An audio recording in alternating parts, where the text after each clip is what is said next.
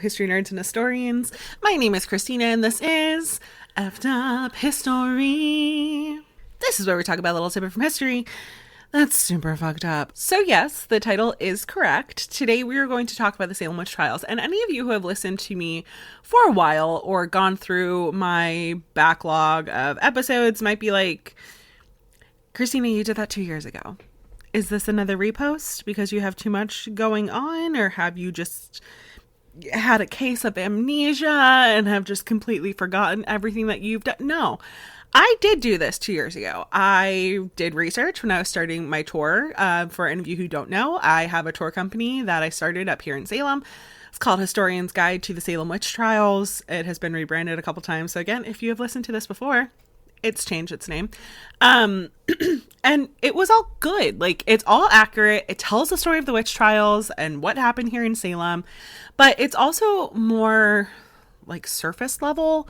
And I've done a lot of research since, like, to sort of demonstrate that when I started my tour, my narrative, basically, like the story that I was putting together in my tour, was basically that people come to Salem and they only think of Salem in the terms of 1692, right? Nothing has happened before. Nothing has happened after. It is just 1692.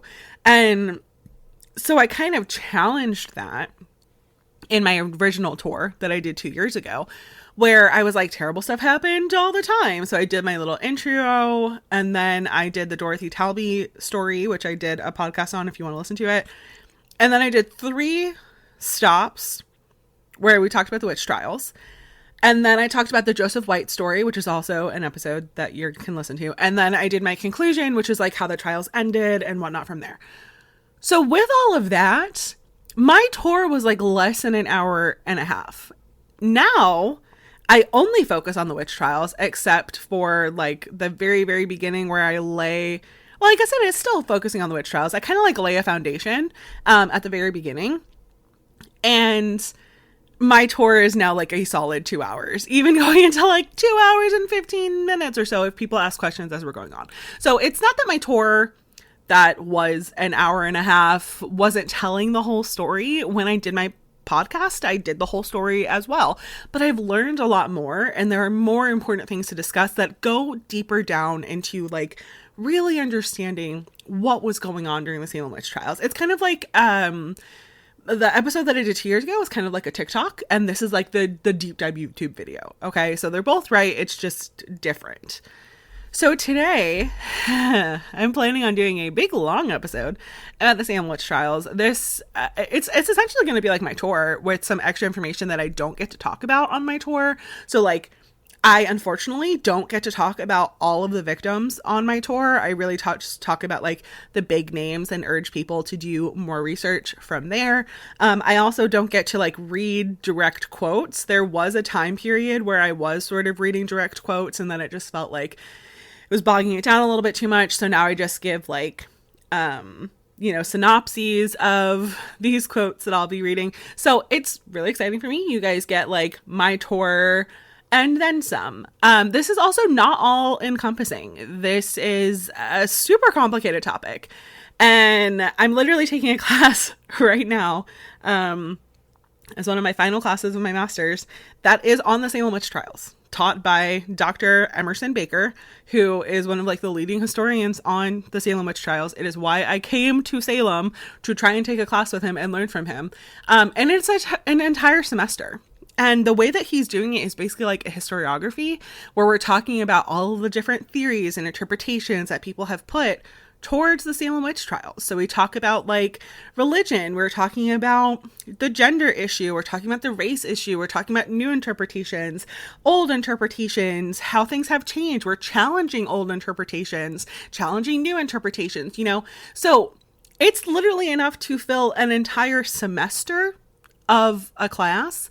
There is no way that I will be able to give you all of the information here. So maybe in 2 years, I will do another episode about the Salem witch trials where I talk about even more. But today, here is a Salem witch trials 2 electric Boogaloo. So sit back, relax, and practice your, oh good God, what the fuck faces.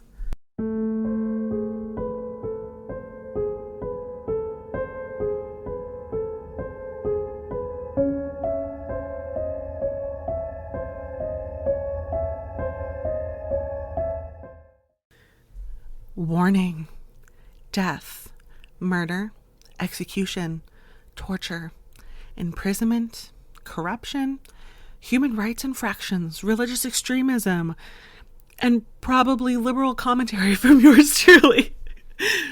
So I want to begin with talking about fear, because truthfully, we're never going to know like what actually caused the witch trials here in Salem. I can tell you for sure that it wasn't ergot poisoning for a variety of reasons, including the weather and who was actually affected by everything at the beginning. The ergot poisoning argument that a lot of people hear is basically like the equivalent of the vaccines cause autism argument, where like that has been disproven many, many times. It's not saying that there aren't injuries and allergic reactions that happen with vaccines. I understand why people might be wary. We are a very pro-vaccine household, but you do you, boo.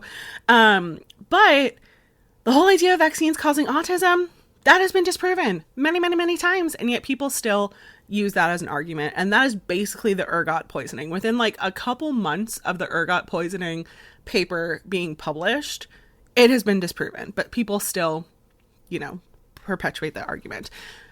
But outside of that, it's hard to know. And I don't think we're ever going to have really a reason, because I don't think that there is really just one reason about why the witch trials became what they became. I think many things factored into it. There are some people who talk about religion. Some people talk about like neighborly disputes.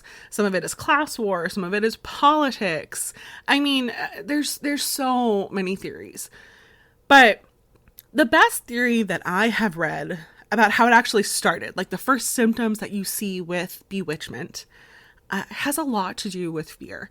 So let's kind of talk about fear and what it was like in 1692 and what the Puritans were like in 1692. So very briefly, like obviously this is not going to be all encompassing when it comes to like the history of Puritanism and all of that. But basically, our good old friend King Henry VIII, he breaks from the Roman Catholic Church, right, in the 1530s over in England. And when he does that, it leads to like a bunch of different groups and a bunch of different people trying to figure out like what exactly does it mean to be a Christian outside of not being Catholic, right? What does it mean to be an English Christian, not an English Catholic, right?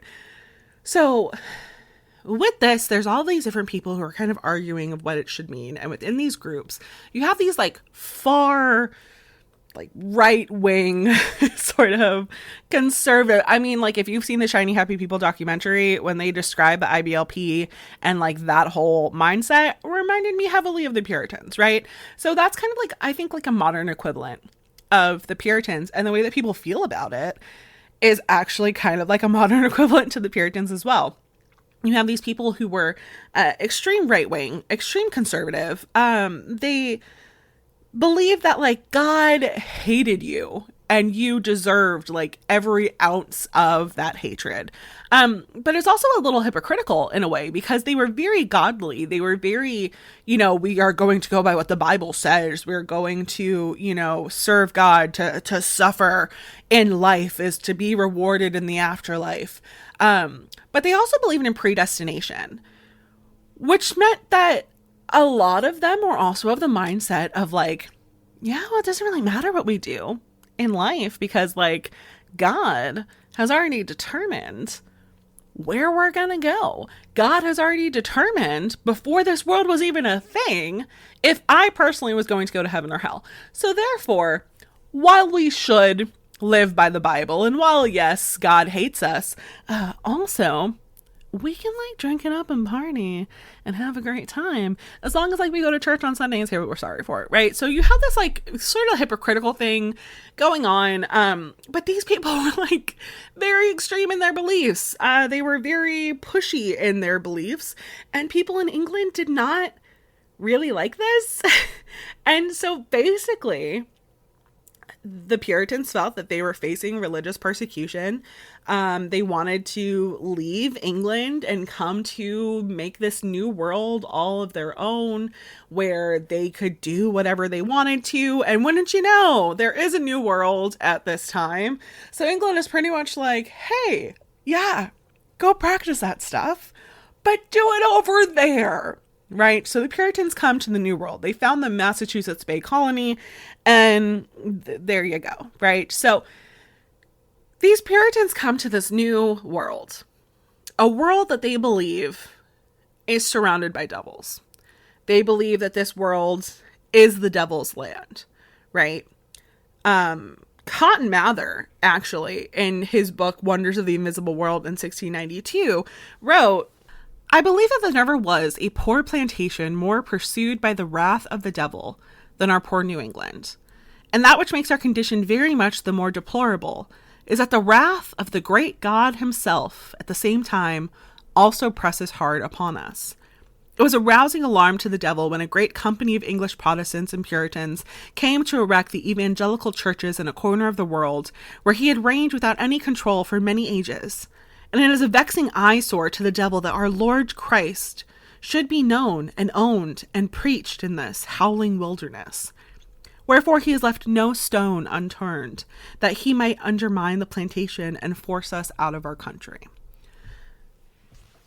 So the Puritans had what they believed to be a healthy fear of God. It wasn't. Obviously, at least in my opinion, it wasn't. God was wrathful. It was an Old Testament kind of God. It was this belief that like God hated you and you deserved every single part of it, that you needed to be a member of the church, that you needed to have your children baptized, because if not, your children, these innocent souls, will be condemned to eternal damnation, right? I mean, there were some preachers in the 16 and 1700s that said things like the road to hell is paved with infant skulls, or the road to hell is paved with the skulls of unbaptized babies, because that was the mindset that these people had. But going hand in hand with this like belief in God also becomes the belief in the devil, right? So the Puritans, if you've listened to my last episode that I did, that was sort of like my presentation that I was doing when I was in Nova Scotia, which went really well, by the way. I talked all about this evolution of the devil, right? This evolution of the beliefs from the medieval devil into this new world Protestant devil, right?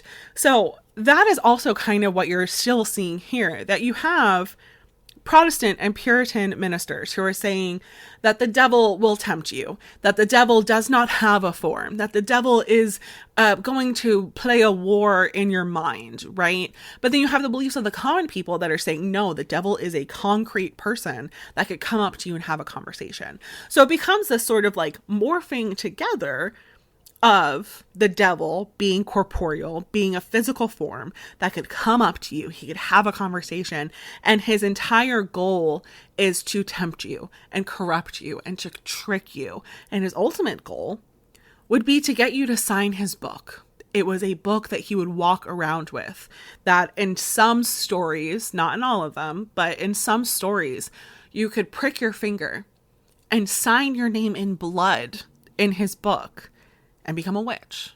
So a witch is now believed to be an agent of the devil, one of the devil's minions. It is believed that you sell your soul to the devil in return for this diabolical, dark magic that you will be able to perpetuate now, okay? It wasn't magic like how you see it nowadays, where people who call themselves witches, who are Wiccan, who are neo-pagan, who are Norse practicing, anything like that. It's not like that.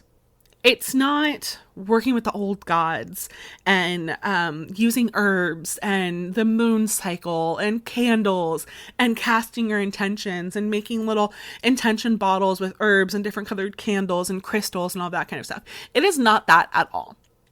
It's also not like how you see it in the movies. This isn't Winifred Sanderson casting lightning bolts out of her fingers. This is believed to be dark magic, diabolical magic, what they call maleficium, magic done to do harm to people and property and cattle, magic done to cause chaos. This is what they believed it to be. They also believed that when you sold your soul to the devil, that in return, you would receive a familiar.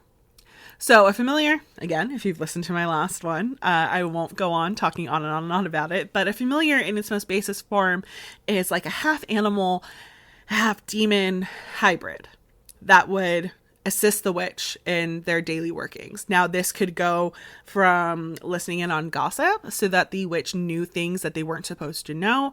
This could be literally the fly on the wall, listening in on things happening in trials or in the homes of the church, or like the ministers or whatever. It could also go as far as murder.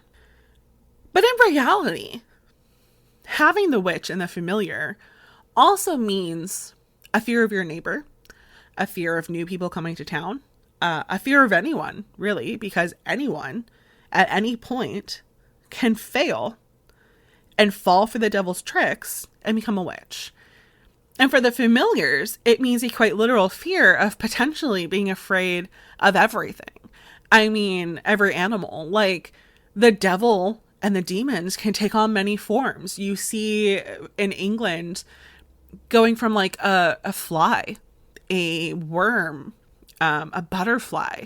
I mean, its most typical forms are typically like cats, toads, rats, dogs, those kinds of things that you see all over the place. But it could also be like something as simple as a bumblebee that's buzzing by, sitting happily on a flower next to you making honey.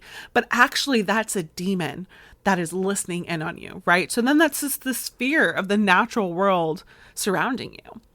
Also, when you were given your familiar, you were given a witch teat somewhere on your body, is what the belief was.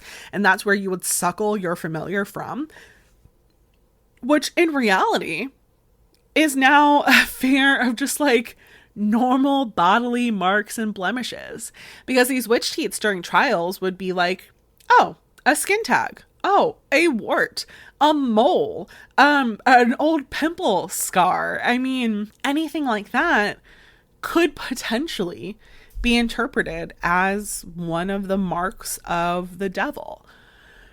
So you have all of these like religious beliefs. You have all of these supernatural, not of this world, what they would have called the invisible world beliefs, right? But to be living here in this awful land, according to the colonists who came here, you also have very real fears surrounding you on a whole different level as well. So first and foremost, when the witch trials began, it was in February of 1692. Here in Massachusetts, that is typically our worst month of winter. Typically, the winters are pretty harsh.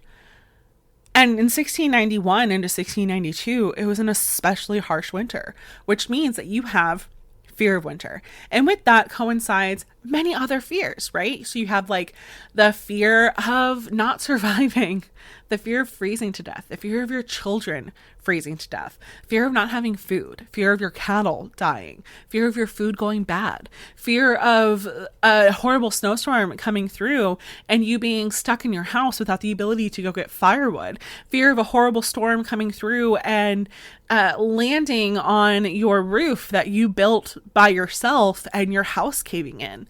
But probably the biggest fear for the Puritans, outside of fear of the devil and the fear of witches, were fear of the indigenous people who lived here.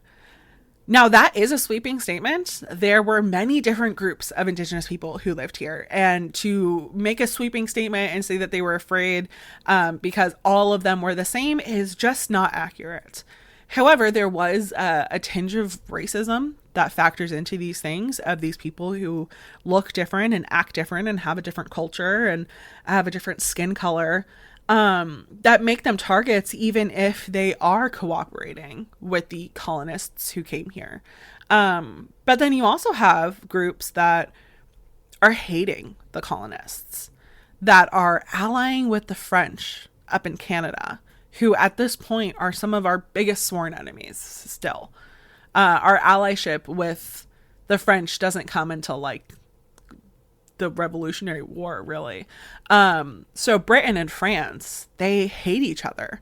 And in the British colonies, you have the French who are allying with the indigenous people, or some of the indigenous people, like the Wabanaki people, for example, and arming them with these insane modern weapons for that time period.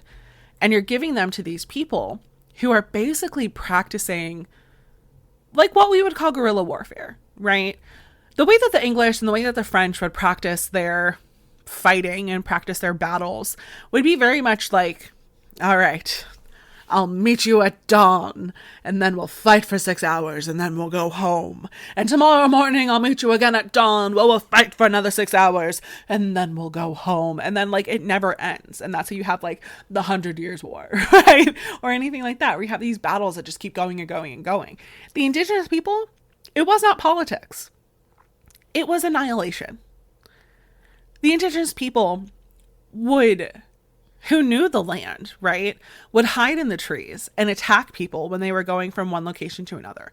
They would fight and attack in the dead of night. They would attack in the dead of winter. I mean, in 1704, one of my nearest and dearest friends, she is into the history of Deerfield. And the main claim to fame, largely, for Deerfield, and the reason why most people know about it, is because in 1704, there was an incredible massacre that I believe also happened in February, that led to people, the entire city, like, either getting killed or getting, like, taken to be transported up to Canada, just to be, like, sold into slavery or sold back for a profit or whatever. And it happened in the dead of winter, after a blizzard came through. And the indigenous people were literally able to just walk up the snowbanks that had built outside of the walls and the defenses in the middle of the night, and were able to just wreak havoc. And if your goal is to annihilate people and get them out of here, that's an incredibly smart way to fight. And you have these indigenous people who didn't like the fact that a bunch of British white people came in and were like, I live here now. Hey, how you doing? Like, there are some cases where you have some indigenous groups who had summer homes that were close to the water and winter homes that were farther inland where it's a little bit warmer, who would make houses, and they would come back in the summer and find their houses inhabited by white people who didn't speak their language. And the white people would be like, what do you mean? God built this house for us. We arrived and we saw houses and we saw no people. So therefore, God provided for us and God built this house because we are the chosen people. So you have kind of like all of those fears that are happening here in Puritan New England. And what happens when you have a lot of fear? Like, if you are surrounded by fear on a personal level, what's going to happen? You're going to have a panic attack, right? And here in 1692, we had a witch panic here in Salem. So how did this all start? It all started in February of 1692 in a place that was at that point called Salem Village. Salem Village is modern-day Danvers. It happened in the house of a Reverend Samuel Parris. And so you have all of these like external fears that are going on around these people. But there's also personal fears as well. So you have Samuel Parris, who is a Puritan minister, meaning that he is stomping around his home, practicing his sermons on Sunday about how much God hates you and how much the devil wants you and how much you deserve all of your suffering and you deserve this and you deserve that, stomping around his home. It's probably pretty frightful, probably, borderline verbally, mentally abusive, if not borderline. And at the same time in 1692, you have Samuel Parris, who people do not like. People are trying to get him fired. People are pushing for his expulsion. And to be the minister in Puritan New England, I mean, I'll talk about it a little bit more later on, but like, it wasn't a good job to have. Many ministers had been run out of town, and Samuel Parris seemed like he was going to be the next one. And the problem is that the house that they lived in was provided for them by Salem Village because of he was the minister. They were reliant on the salary that people paid in the town towards Samuel Parris. They were reliant on the people of the town to provide them with firewood. They were reliant on the people of town to provide them with food. So if Samuel Parris loses his job, it's not just losing your job. It's losing your livelihood. It's losing your home. It's losing your ability to eat in the dead of winter. And all of that, I mean, speaking from someone who, lived a quite verbally, mentally, at times physically abusive childhood, where I knew of all of the problems of my family and I knew of all of the issues that were going on, it's a lot of weight to put on a child, and it's a lot of stress on the children of the household when they don't really know how to cope with these kinds of things. And that leads us to a little girl named Betty Parris and her cousin Abigail Williams. So Betty Parris was 9, Abigail Williams was 11 or 12 at the time. And so the story goes is that some of the girls in the town would do something called Venus glass. So Venus glass is when you take an egg and you crack it into a glass of water. And you use it to discern the shapes that it makes. This is divination. This is a way to tell the future.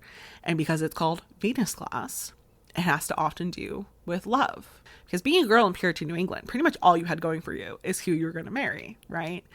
So these girls were kind of obsessed with the lives that they were going to have, because depending on the husband you had, that was what your life was going to look like.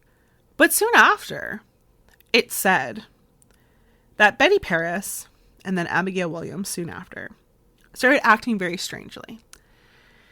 They started barking like dogs. They started hiding under furniture. They started saying that they were being pricked and prodded and poked, that people were sitting on their chest and choking them, that people were scratching them, that people were biting them, that people in hoods were standing outside of their window, that people in hoods were standing in their room. They would have seizures so bad that it would break your heart. I mean, Reverend Hale talks a little bit about this. He says, quote, "These children were bitten and pinched by invisible agents. Their arms, necks, and backs turned this way and that way and returned back again, so as it was impossible for them to do of themselves, and beyond the power of any epileptic fits or natural diseases to affect. Sometimes they were taken dumb, their mouth flopped and their throats choked, their limbs racked and tormented, so as it might move a heart of stone to sympathize with them with bowels of compassion." And Reverend Deodat Lawson, who also was here during this time period, he was actually preaching a little bit during this time period, talked about Abigail Williams. He said Abigail Williams, about 12 years of age, had a grievous fit. She was at first hurried with violence to and fro in the room, sometimes making as if she would fly, stretching up her arms as high as she could and crying "wish, wish, wish" several times. Presently after, she said that there was Goodwife Nurse and said, "Do you see her while she stands?" And after that, she ran to the fire and began to throw firebrands around the house.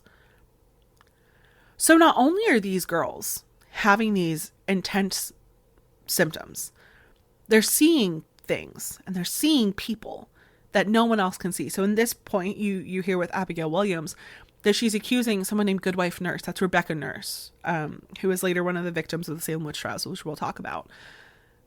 And you have her seeing Goodwife Nurse in the room with her when no one else can see it. And Puritans, because they believe that they weren't supposed to lie, are believing these girls. And they're believing everything that they're saying. And that is basically spectral evidence. And it's allowed in the court trials, as we'll come to talk about. But in addition, all of these symptoms that these girls are having, these flailings and seizures, what appear to be seizures, interestingly enough, all seem to stop when Samuel Parris, the Reverend, pulls out his Bible and starts reading the scripture. So it seems like it's not something that is physically wrong with these girls, that it's something supernaturally wrong with these girls. But Samuel Parris, he does his due diligence after this. He calls a doctor in, most likely a man named Dr. Griggs. So Dr. Griggs, he looks over these girls. He cannot find anything physically wrong with them. So he tells Reverend Paris that they must be under an evil hand. Meaning that he diagnoses these girls basically with bewitchment. And soon after that, you have all of these other girls who are now coming down with the same symptoms. And it's different kids throughout the house. I mean, it's not only children, but it's mostly children who are coming down with these symptoms. And it's horrifying to see your child come down with these symptoms.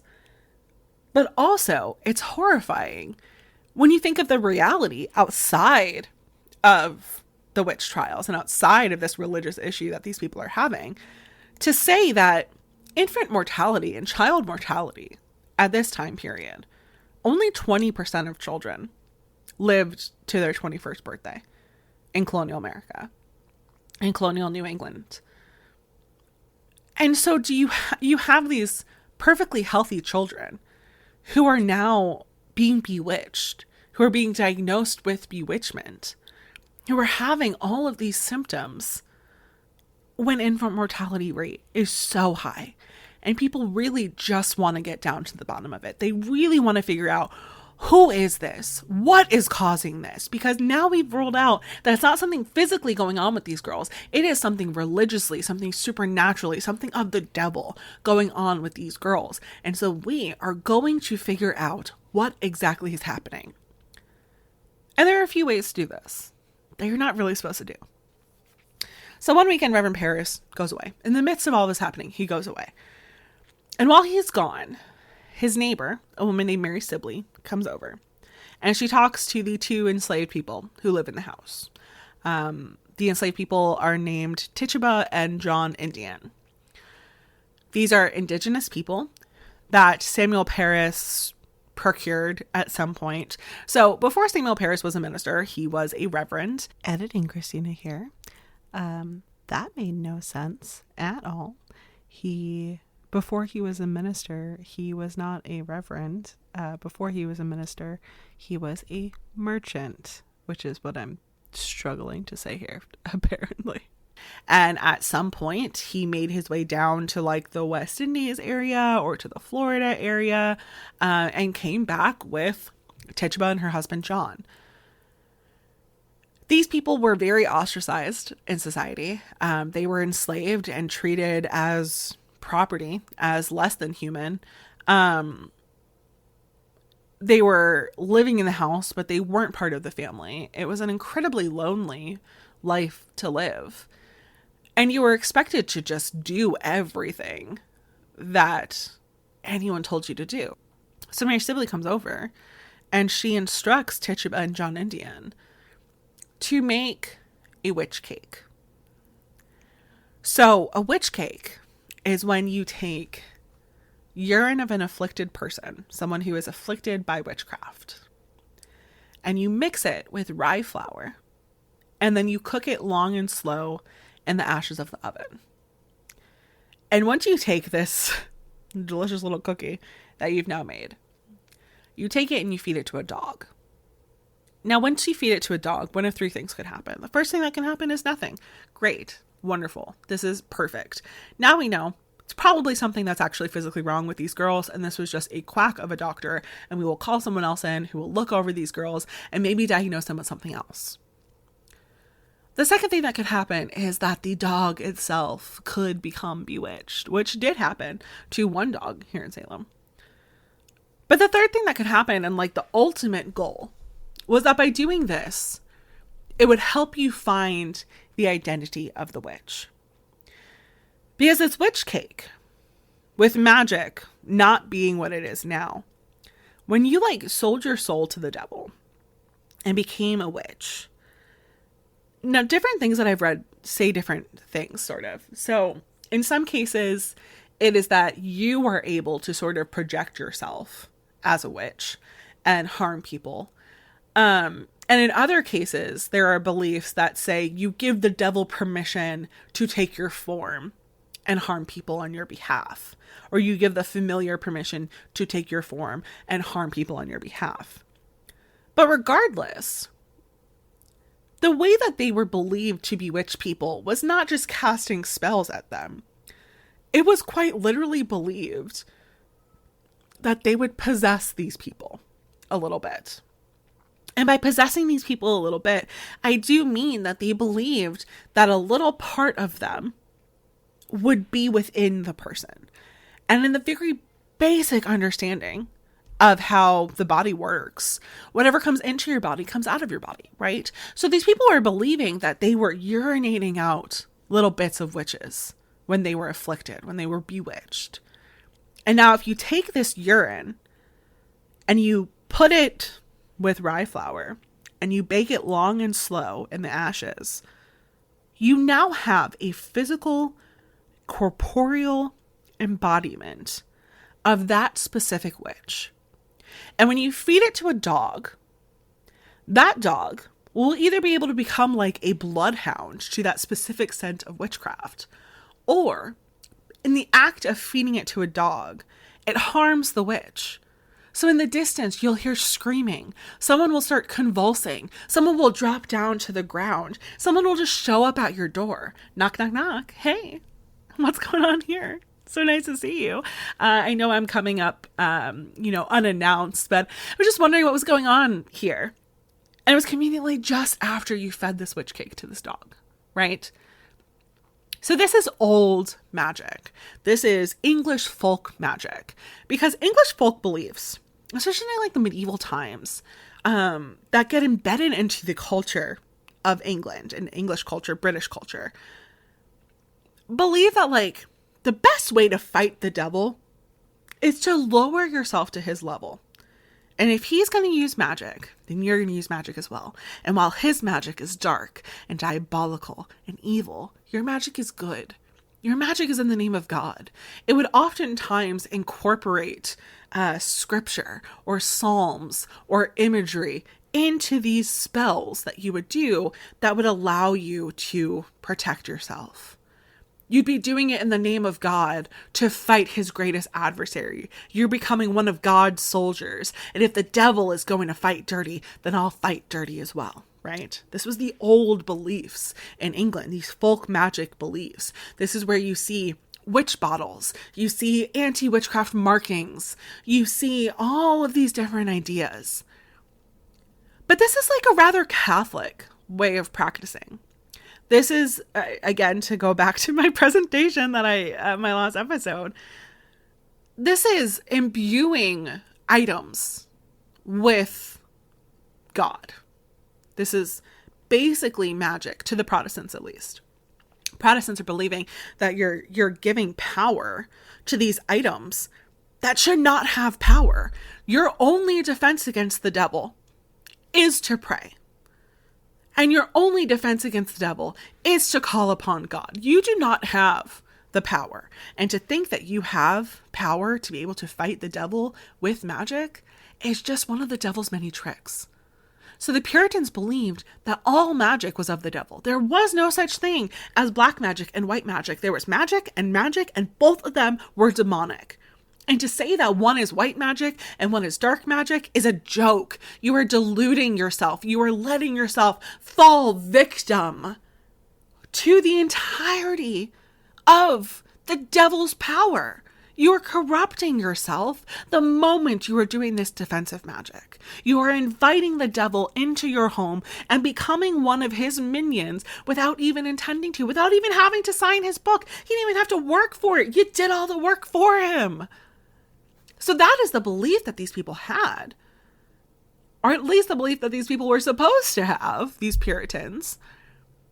But you have this old English folk magic that's still so embedded into the culture. I mean, you come into New England, I guarantee you, any of these old houses have witch marks in them.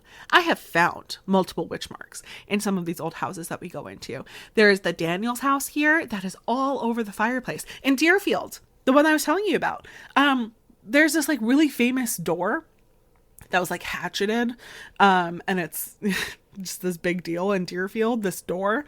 And on the back side of the door are anti-witchcraft markings. It is everywhere, and it permeates into your culture, even though you're not supposed to do it. Just like you're not supposed to do the Venus class, right? So Tituba is in the process of making this witch cake when Samuel Parris comes home. Samuel Parris, the Puritan minister who believes that all magic is of the devil. And he basically looks at her and says, how dare you? How dare you go to the devil to fight the devil? In a sermon that he gives on March 27th of 1692, after the witch trials have officially started, he says, quote, "Nay, witchcraft never broke forth to any considerable light until diabolical means were used by the making of a cake by John Indian, who had his direction from our sister Mary Sibley." He puts the entirety of the blame of these witch trials on Tituba and John and Mary Sibley. Mary Sibley, never accused of witchcraft. Mary Sibley publicly apologizes to the church. They forgive her. She has her transgressions, whatever. But Tituba doesn't have such a lucky thing.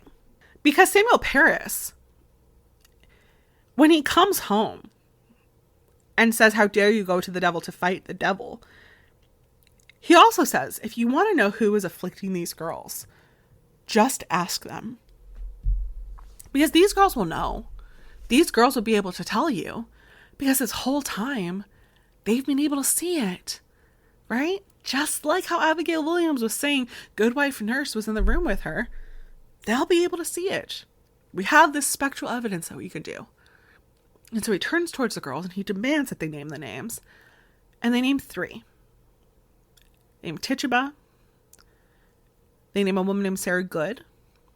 And a woman named Sarah Osborne. Now, Tituba is an obvious choice. She is a woman of color. She is an enslaved woman who was literally just caught in the act of doing magic. I mean, if Abigail Williams and Betty Parris did not name Tituba, Tituba would have been named anyway, right? There was no escape for Tituba at this point. Unfortunately, she was just doing as she was supposed to do, and yet is now finding herself accused of witchcraft. But Sarah Good and Sarah Osborne are 2 very interesting people. So Sarah Good was a poor pregnant beggar who lived in Salem Village. She was known kind of going door to door and asking people for help. And when they refused her because they were just upstanding Christians, she would sometimes mutter things under her breath. This is something that Sarah Gage said. Sarah Gages said that Sarah Good had come to her house asking for something. She refused. And then Sarah Good, as she was walking away, muttered something under her breath. And the next day, one of Sarah Gage's cows died. Sarah Good's husband was a man named William. Was not very popular. He was sort of like a drunk, drank a lot of their money away. She was said to have a temper.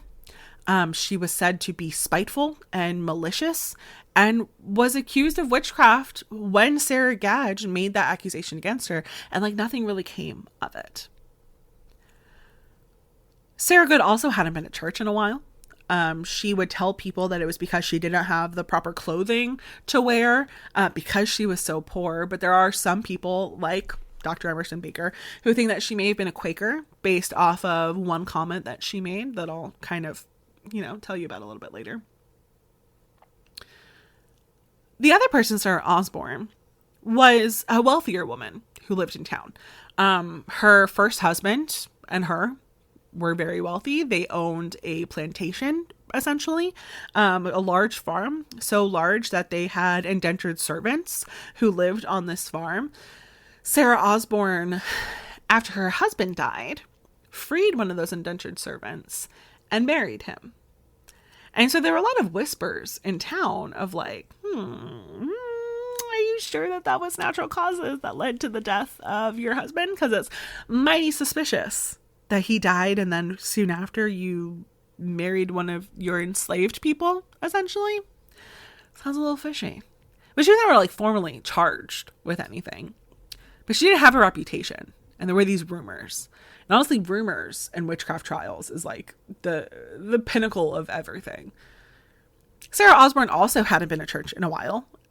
She hadn't been to church because she was literally on her deathbed. She died a couple months later at this point. But these accusations were made. So Sarah Good and Sarah Osborne very quickly are like, absolutely not. We are not witches. I cannot believe that you would even accuse us of this. I can't believe that you would even think that we are witches. This is ridiculous. You're hating on us for all of these reasons. You're hating on us because we don't go to church, because to be a good Puritan is to be a good member of the church. But Tituba confesses. So the accusations of these girls are made on February 29th of 1692. On March 1st is when these women are arrested and the investigation begins. Sarah Good, Sarah Osborne on that day are like, no, absolutely not. We are not witches. Absolutely not. We are offended and appalled that you would even ask us. But the interesting thing is that with Tituba confesses eventually. On March 1st, she's investigated. And they ask her all of these questions. And at first, she's basically like, no, I didn't join the devil. I saw him. He came to me. He asked me to join him. He looked like this great big black man, this man dressed all in black. And he bade me to join him. And I said no. And then he tricked me. And he said that he was actually God and that he was coming for me. And I still was very glad. But then when I realized who he actually was, I didn't want to join him. He promised me all of these riches. He promised me all of these other things, but I still didn't want to join him. And she goes on to say that she saw familiars. She saw all of these different things happening. She saw them harming Betty Paris and Abigail Williams, but didn't really get involved in it. She was trying really, really hard to stay away from them.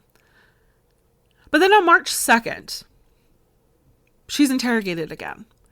And on March 2nd, she says, yeah, I joined him. He asked me, he again tried to disguise himself as God. But then I realized what the truth was. And he encouraged me to harm Betty Paris and Abigail Williams. And I said, I would never harm Betty. I love Betty so much. And they took her hand and they forced her to harm Betty as they all just watched on. And then she says that she signed his book, that he pulled the book out of his pocket and she signed it in red like blood. And that when she was looking at this book, she saw other names in it as well. She couldn't make out all of them except for two, Sarah Good and Sarah Osborne. So for a really long time, people have kind of like racked their brain to be like, why did she confess? Why did she confess? Why did Tituba confess? And I have a lot of people who have come up to me and be like, I know why she confessed. And I mostly hear these like two theories.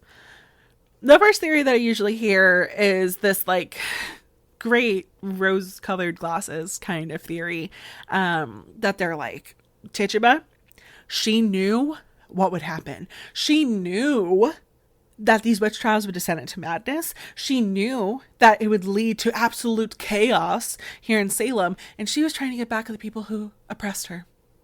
She was trying to get back at the people who enslaved her, the people who treated her like garbage, the people who treated her like less than human. She knew what the witch trials would become, and therefore, by confessing, she was saying, yes, it is a reality here in Salem. What are you going to do about it? And I kind of love that theory, because I'm petty, and I feel like that's something that I would do. But the reality is that's not the case. In 1641, Massachusetts passed what's called the Bodies of Liberty. The Bodies of Liberty was really like the first sets of laws here in Massachusetts. Here in Massachusetts, for like the first decade or so of people being here, they just tried really hard to follow the Bible. And then they were sort of like, we need a little bit more than that. Because like this Bible was written a really long time ago. And like modern times sort of don't match up to everything that we need to know. So they had something called the Bodies of Liberty. And in the Bodies of Liberty, they talk about a lot of different things. I mean, it's like a whole big long document that lay out all the laws that they have. But there is one line that talks about witchcraft, makes it a law, makes it illegal to be a witch. It says, if a man or woman be a witch, that is, hath or consulteth with a familiar spirit, they should be put to death. Now, having a law about witchcraft is not anything new. Our good old friend Henry VIII, back in England, he passes the First Witchcraft Act in 1542. There's another one passed in 1563, another one passed in 1604. There's a final one passed in 1735 that kind of like does away with everything. But at this point, you know, you have these 3 witchcraft acts in England that have set this precedence at this point. And having this as a law in Massachusetts is nothing new. You have the first person in Massachusetts executed for witchcraft in 1648. You have witch trials that pop up every few years. You have people who are victims of the Salem witch trials who have been accused of witchcraft in the past. I mean, witchcraft accusations, witch trials, all of these things, nothing new. It happens all the time. Actually, by Tituba confessing to witchcraft, hypothetically, it should have ended the trials rather than letting them perpetuate. She admitted to it. And when she admitted to it, the next question is, who do you practice with, you know? And she said, Sarah Good and Sarah Osborne. So like that should have been the end of it. You have these accusations against these three women. You have it corroborated by Tituba. It should have ended it. So it can't be that she was trying to get back at the people who oppressed her. So I got the people that'd be like, in the more depressing way, that she was trying to escape enslavement. That she believed that if she confessed that she would be killed. Life as an enslaved person is awful, and that is true. And that maybe she figured that by confessing that she'd be executed for it and be able to escape a life of servitude in the most morbid and disgusting way and sad way for her possible.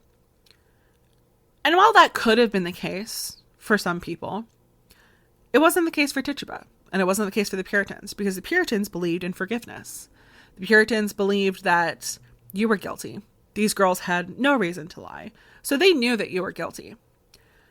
And you could either confess, see the error of your ways, allow us to forgive you, and go on with your life.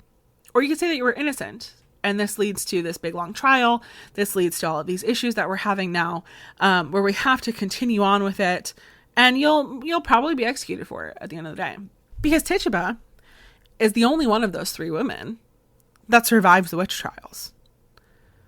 She spends a long time in prison. She's treated horribly. After they're forced to release her from prison, she's sold, so her enslavement continues. But she's spared. And she doesn't escape slavery. Like I said, her enslavement continues. So that's not the reason either. So what's the reason why? Why did Tituba confess? Why did Tituba say that she was a witch? Why did Tituba say that she saw the black book and that she signed the black book? And within the black book, she saw the names of Sarah Good and Sarah Osborne. She confesses, as we see in the later recantment that she tries to make, where she says that she made false testimony in order to save her life. She said that Samuel Parris, quote, did beat her and other ways abuse her to make her confess and accuse Sarah Good and Sarah Osborne. And most likely the reason why he did this was because he didn't like the fact that all of these people were calling for his arrest. Editing Christina here again. This is what happens when I just do a podcast off the cuff and I don't actually write a script because I feel like I know everything. They were not calling for Samuel Parris's arrest. They were calling for Samuel Parris's dismissal from his position as a minister. They were trying to get him fired or get him to resign and run him out of town. And all of these people were wanting to see him leave Salem. And now you have witchcraft starting within his home. You have these people now who are going to argue and say, if he can't even protect his own home from the devil, how is he supposed to protect Salem from the devil? So you have Samuel Parris, who beats Tituba into a confession, tells her that it will save her life, tells her that it will spare her, beats her, and, quote, abuses her in other ways, which I wonder what the fuck that means, in order to get the pressure off of him, in order to get people to look away from him, in order to get people to stop saying it, because it's just this little blip, right? This little tiny blip of witchcraft. We squashed it quickly, and now we can move on from it. Except for the fact that we don't move on from it. Because you have these afflicted girls, Elizabeth Booth, Sarah Churchill, Elizabeth Hubbard, Mercy Lewis, Ann Putnam Jr., Susanna Sheldon, Mary Walcott, Mary Warren, and Abigail Williams, and Betty Paris for this first accusations, but Betty Paris is not involved in any of the rest of the trials. Betty Paris, she goes on to live with the Sewell family. And there's a story that she says that, like, after she moves in with the Sewell family, that the devil still comes to her, and she tells, like, the wife in the house about it, and the wife is like, just tell him no. And so the next night the devil comes and she's like, no, and he's like, ah, damn, consent, and then he leaves, right? So she's involved with that first one. Lives a totally like normal life afterwards. She moves to the Concord area, and she, you know, gets married, has kids, goes on with her life. But you have all the rest of these afflicted girls who are still accusing people. And in some cases, you have the parents of these people who are also accusing people. But mostly it's these afflicted girls who are pointing the fingers. Their symptoms are still continuing. They're still seeing people. They're still accusing people. And now you have more and more people who are finding themselves arrested. You have more and more people who are investigated, but they can't go to trial. So the jails are just filling up and filling up and filling up. The Salem jail gets full. The Boston jail gets full. People are all the way up in Ipswich. People are all over the place awaiting their trials. Because this is the worst time for this to happen. Because we don't have a government in 1692, at the beginning of 1692. In 1688, our charter was revoked. It's a long story for that. But basically, we weren't doing what England wanted us to do. And England was like, if you don't want to play by our rules, you don't get our protection anymore. Peace, deuces, have fun. And that was an awful way to be. And so in 1692, you have people who are over in England who are negotiating our new charter. You have people who are trying to figure out what our government is going to look like. You have people who are putting their names in the hat to be our new governor. And the thing is that because of that 1641 Bodies of Liberty, if a man or woman be a witch that is hath or consulteth with a familiar spirit, they shall be put to death. You can't put someone to death if there's no governor to sign off on it. So in the middle of May of 1692, about 2.5 months after these first accusations are made, when a bunch of people have been arrested at this point, Governor William Phips is finally appointed as the governor. He arrives in Massachusetts and he's like, got that like new position energy, wants to get shit done. He's trying to figure out what the biggest problems are here in Massachusetts. And first and foremost is not even the Salem witch trials. It's actually the indigenous issue. The indigenous who have allied with the French, who are just doing a real good job at slaughtering English people. And so they need to build up their defenses. They need to fight against the French and the indigenous people. So Governor William Phips says that he will do that. He will help build up the defenses. And second issue is the Salem witch trials. And I feel like most of the issue of it is just that, like, we need to get our courts running again. And we can't really get our courts running again because so many of these things are going to be seen to just the witch trials, because there are tons of people who have been accused at this point. So as a way to kind of like not bog down the judicial system and the other judges, Governor William Phips creates the Court of Oyer and Terminer.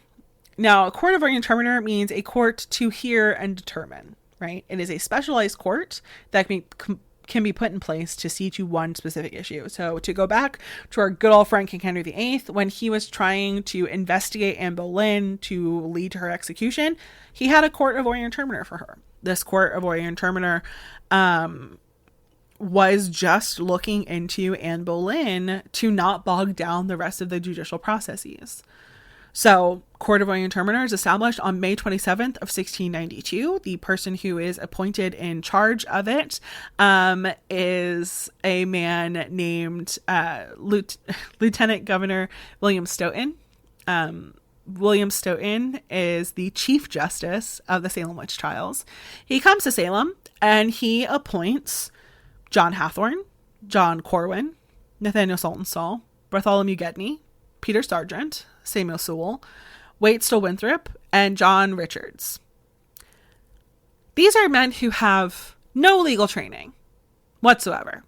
They have minor legal training, I should say. Minor legal training in that they have been magistrates and they have seen to very minor legal issues. Not life and death. not determining if someone should live or die. These men are merchants. They are wealthy men who live in town. And basically, it seems to be, the idea behind it is they're wealthy. That means that they've been blessed by God. And if it's good enough for God, well, then it's good enough for us. So on May 27th, 1692, these men are put in charge with very little to no training, making life and death decisions.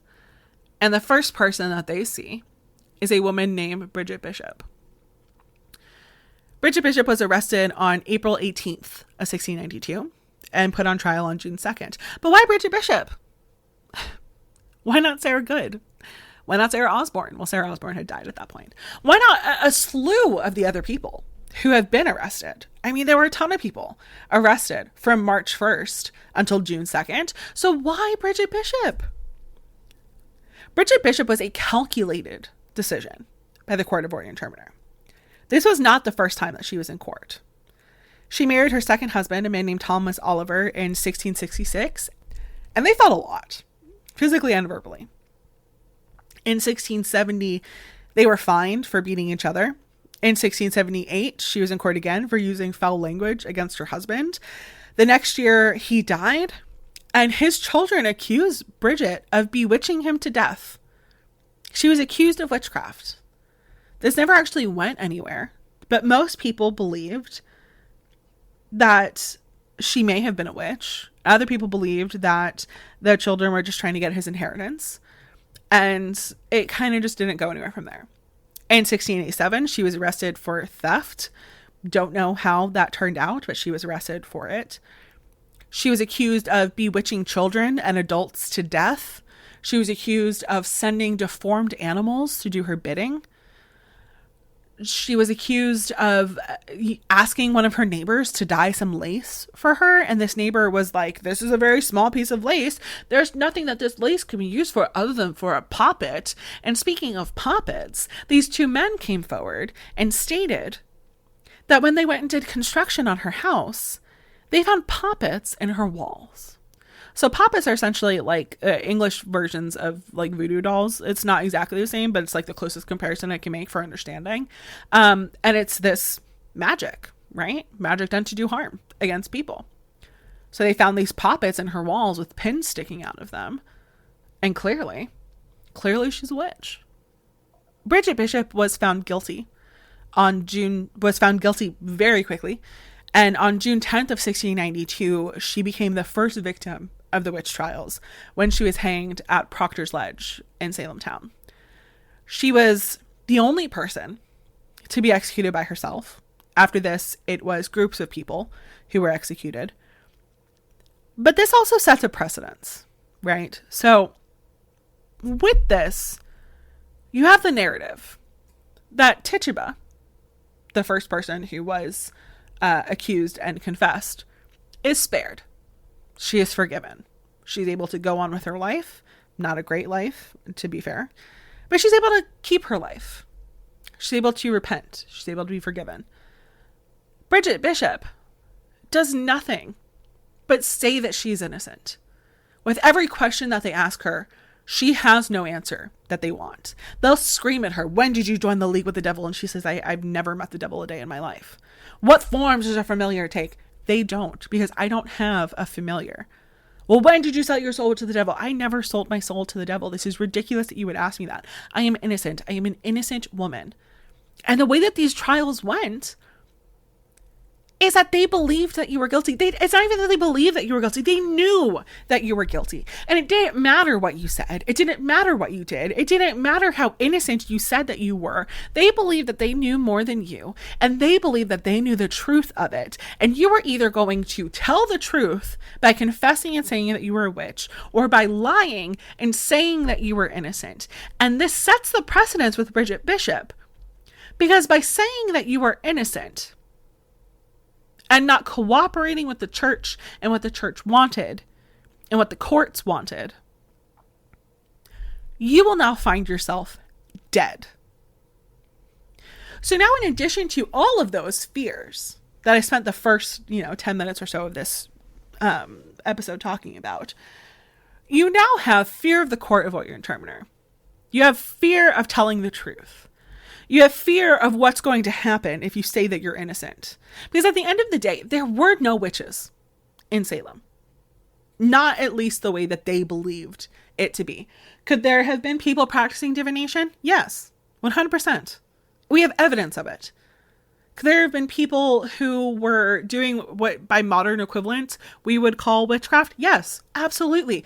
Many of these things were daily life, were folklore, were culture of these people.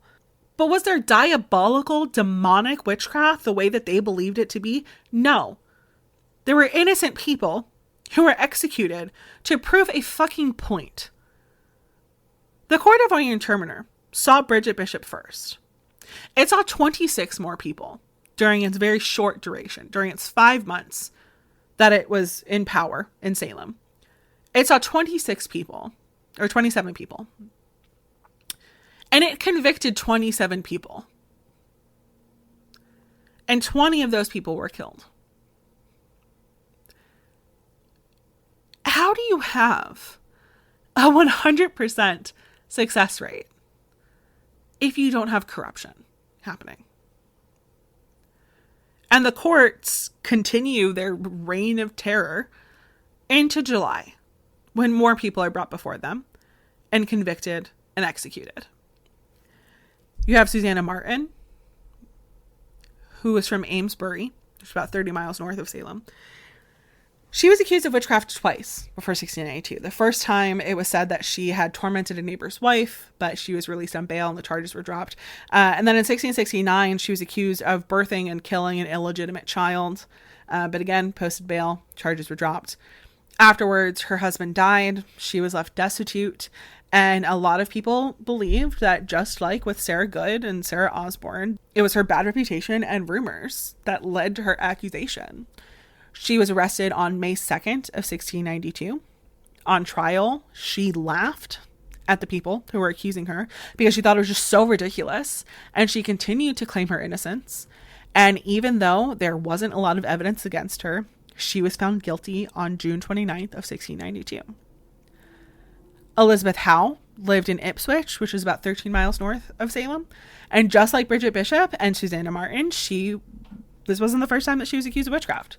She was accused of bewitching a child that later died, supposedly from these bewitchments. She was never arrested or charged for this, but she still had the accusation on her.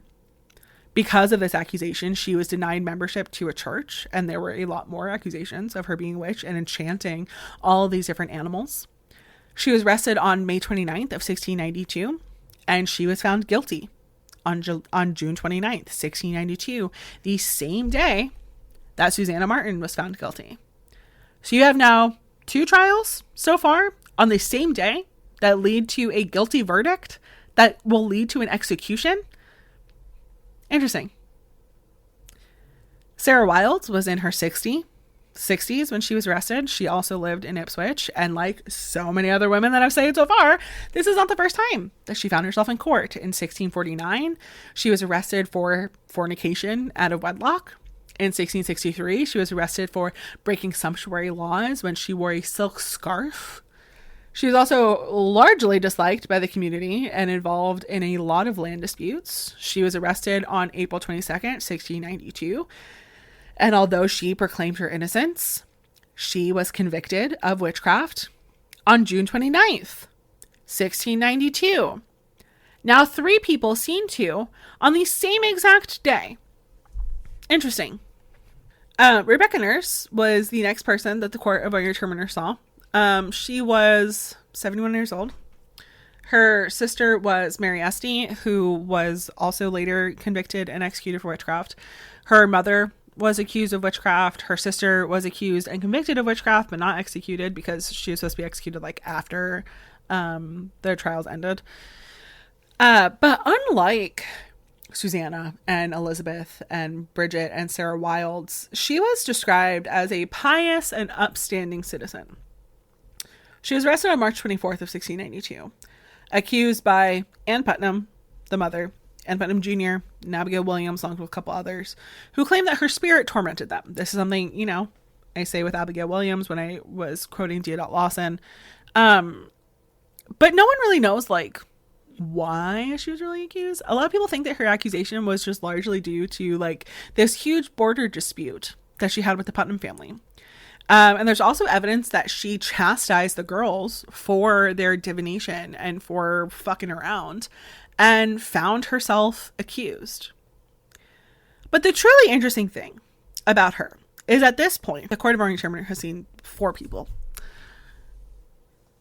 Rebecca Nurse was found innocent.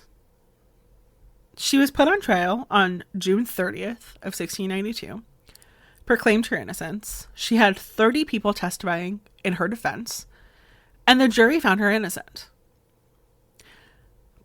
But the court didn't like this. They liked that they had a 100% conviction rate. This was still very early in the trials, just about a month of them being in power. And now you have someone being found innocent. And this kind of potentially, like, delegitimizes a lot of what they're doing. We don't like this. We don't want this to be the case.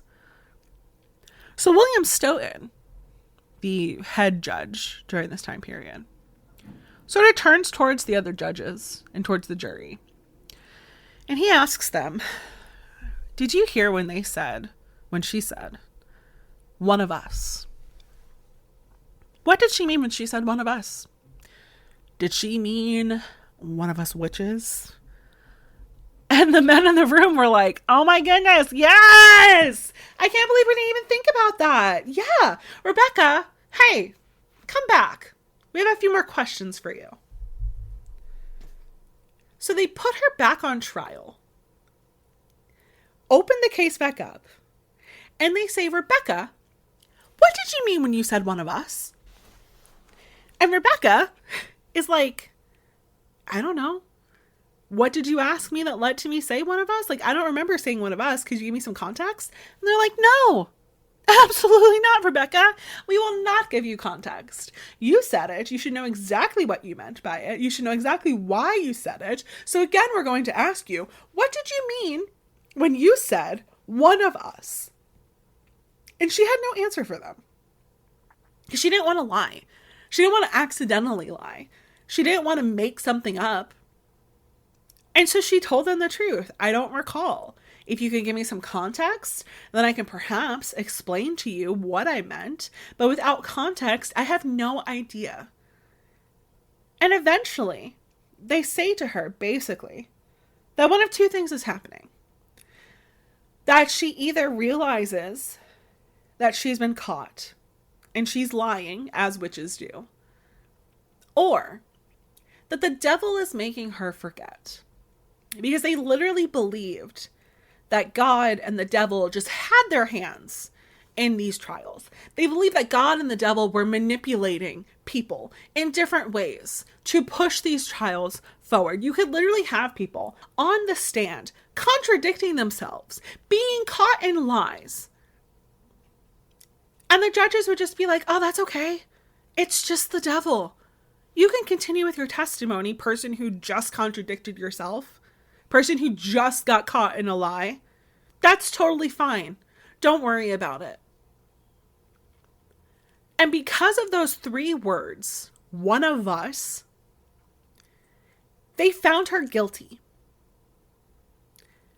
And later on, they received a letter from Rebecca Nurse before her execution, where she explained that now that she had been given the context, she understands that when she said one of us, they were talking about the prison conditions, and she meant one of us prisoners. And she asked for them to put her back onto the stand so that she could testify in her defense, so that she could finally give the answers that they were asking her for. And the judges said no. Just accept what the court has determined, Rebecca.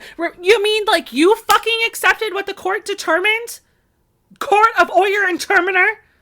Judge Hathorne, Judge Corwin, fucking Lieutenant Governor William Stoughton.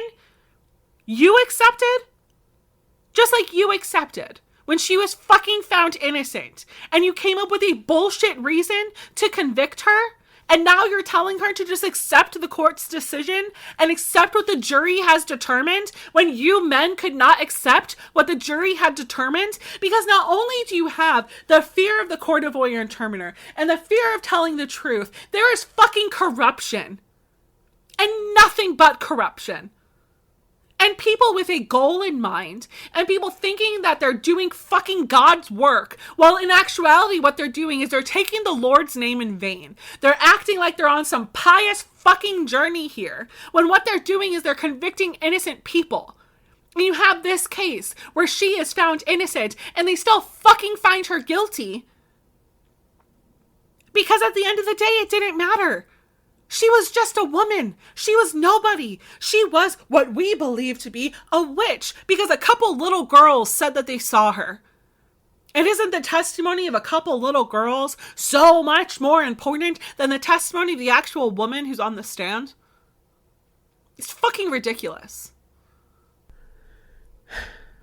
It wasn't enough that these people were treated horribly in the courts. They were also being treated horribly in the jails, which may have been what Bridget Bishop or what Rebecca Nurse was talking about when she was saying one of us. People literally died in these prisons while awaiting their trials and executions. People were tortured in the prisons. The Salem jail, and therefore all the other jails in the area, were disgusting. They were dungeons beneath a house that were infested with lice and fleas and rats. People were chained to a wall. They couldn't even sit down comfortably. And if they could somehow finagle their way into sitting down, and they asked the jailers for some straw to make a bed to be a little bit more comfortable, they were charged for it. And by charged for it, I don't mean criminally. I mean a bill that they began accruing. They were charged for the straw that they sat on. They were charged for the food that they ate. They were charged for their handcuffs. They were charged for their transportation. And if they were some of the unlucky people that found themselves executed, they were charged for their execution. So the next question goes, well, if they were charged for their execution, then how do they pay their bill? Does it just disappear? No, it doesn't. It goes to your next of kin. Well, your next of kin is now responsible for paying off your debt. And if you are poor and you cannot pay off your debt, then they're sent to prison as well, where now they have your debt as well as the debt that they begin to start accruing. Because, I'm sorry, what? Jails disproportionately affecting the poor? Oh no! Thank God we no longer live in that kind of fucked up society. Sorry, the spirit of liberalism possessed me. And like I said, this is also where the torture happened as well. And we know this largely from a letter that was written by a man named John Proctor. So John Proctor was one of the first men who was accused and arrested for witchcraft in Salem. He was in his 60s and did not have an affair with Abigail Williams, who was 12, Arthur Miller. What the fuck is wrong with you? Friends, The Crucible is a historical fiction and a commentary on the anti-communist movement in the 1950s. Please stop telling me that you know about the Salem witch trials and that you know it to be true because you read about it and then tell me that the source that you read is The Crucible. You can't see me, but I'm rolling my eyes really fucking hard right now because The Crucible is historic fiction. The Crucible is saying hey, anti-communism, doesn't this sound a lot like the Salem witch trials? No, it's not true. John Proctor said that these girls who were accusing people were frauds and that they were lying. And in March, after these, accusations began, his servant, a girl named Mary Warren, started becoming one of the afflicted girls. And so he beat her to try and get her to behave, which stopped her fits. And afterwards, she nailed a note to the meeting house door asking for prayers and wrote, quote, "The afflicted persons did but dissemble." And she didn't elaborate what she meant by that. But they thought that she meant that the girls were lying. In March, the beginning of the trials, she was later arrested and tried as a witch, as was John Proctor's pregnant wife, Elizabeth. And he was accused after his wife was arrested. While she was on trial, the girls were saying that her specter was attacking her. And so was his. So he was arrested on April 11th of 1692. In July of 1692, a couple weeks before he went on trial, he wrote this letter in which he describes what the prison looked like. He writes, "The innocency of our case and the enmity of our accusers and our judges and jury, whom nothing but our innocent blood will serve their return, having condemned us already before our trials, being so much incensed and enraged against us by the devil, makes us bold to beg and implore your favorable assistance of this," because he wrote it to these ministers. That's what he's imploring.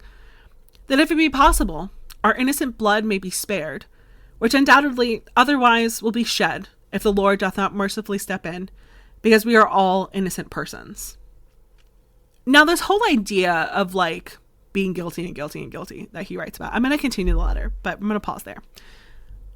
This whole idea of like, we're guilty and there's nothing that we can say. Like, we're guilty to the judges. There is nothing that we can say that will stop people from thinking that we are guilty, no matter how much we claim our innocence, no matter how many people sign petitions saying that they believe that we are innocent, no matter how many people testify in our defense saying that we are innocent, we are guilty and guilty and guilty.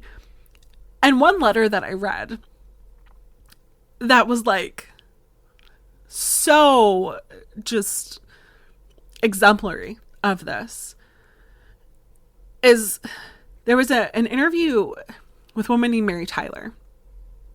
And Mary Tyler was telling how she was led to confessing to witchcraft. She was stuck in a room with her brother and a minister from Gloucester, Reverend Emerson from Gloucester. And Reverend Emerson was questioning her and questioning her and questioning her and questioning her and telling her that she was guilty and telling her that, you know, she was a witch. And about how many times that she said that she was innocent, he would tell her that she was lying, and again start with this whole barrage of saying that she was innocent and saying that she was damned and saying that she deserved all of these things. And finally, Reverend Emerson gets so frustrated that he storms out of the room, basically tells her to enjoy the gallows and that she's fucked, right? And once he leaves the room, her brother is left with her, and her brother turns towards her and says, "Mary, just confess, just tell the truth." And she says, "But I am telling the truth." And her brother responds, and I quote, "Well, that couldn't possibly be true, because God would not allow all of us men to be wrong and you to be right." Because that was the opinion of these people back then.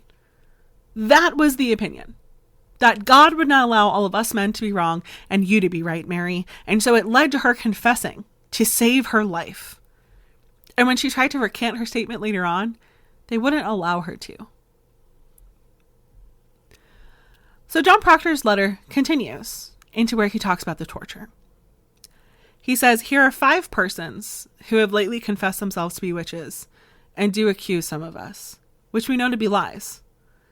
2 of the 5 are young men, Martha Carrier's sons, who would not confess anything till they tied them neck and heels, till the blood was ready to come out of their noses, and 'tis credibly believed and reported that this was the occasion of making them confess what they never did.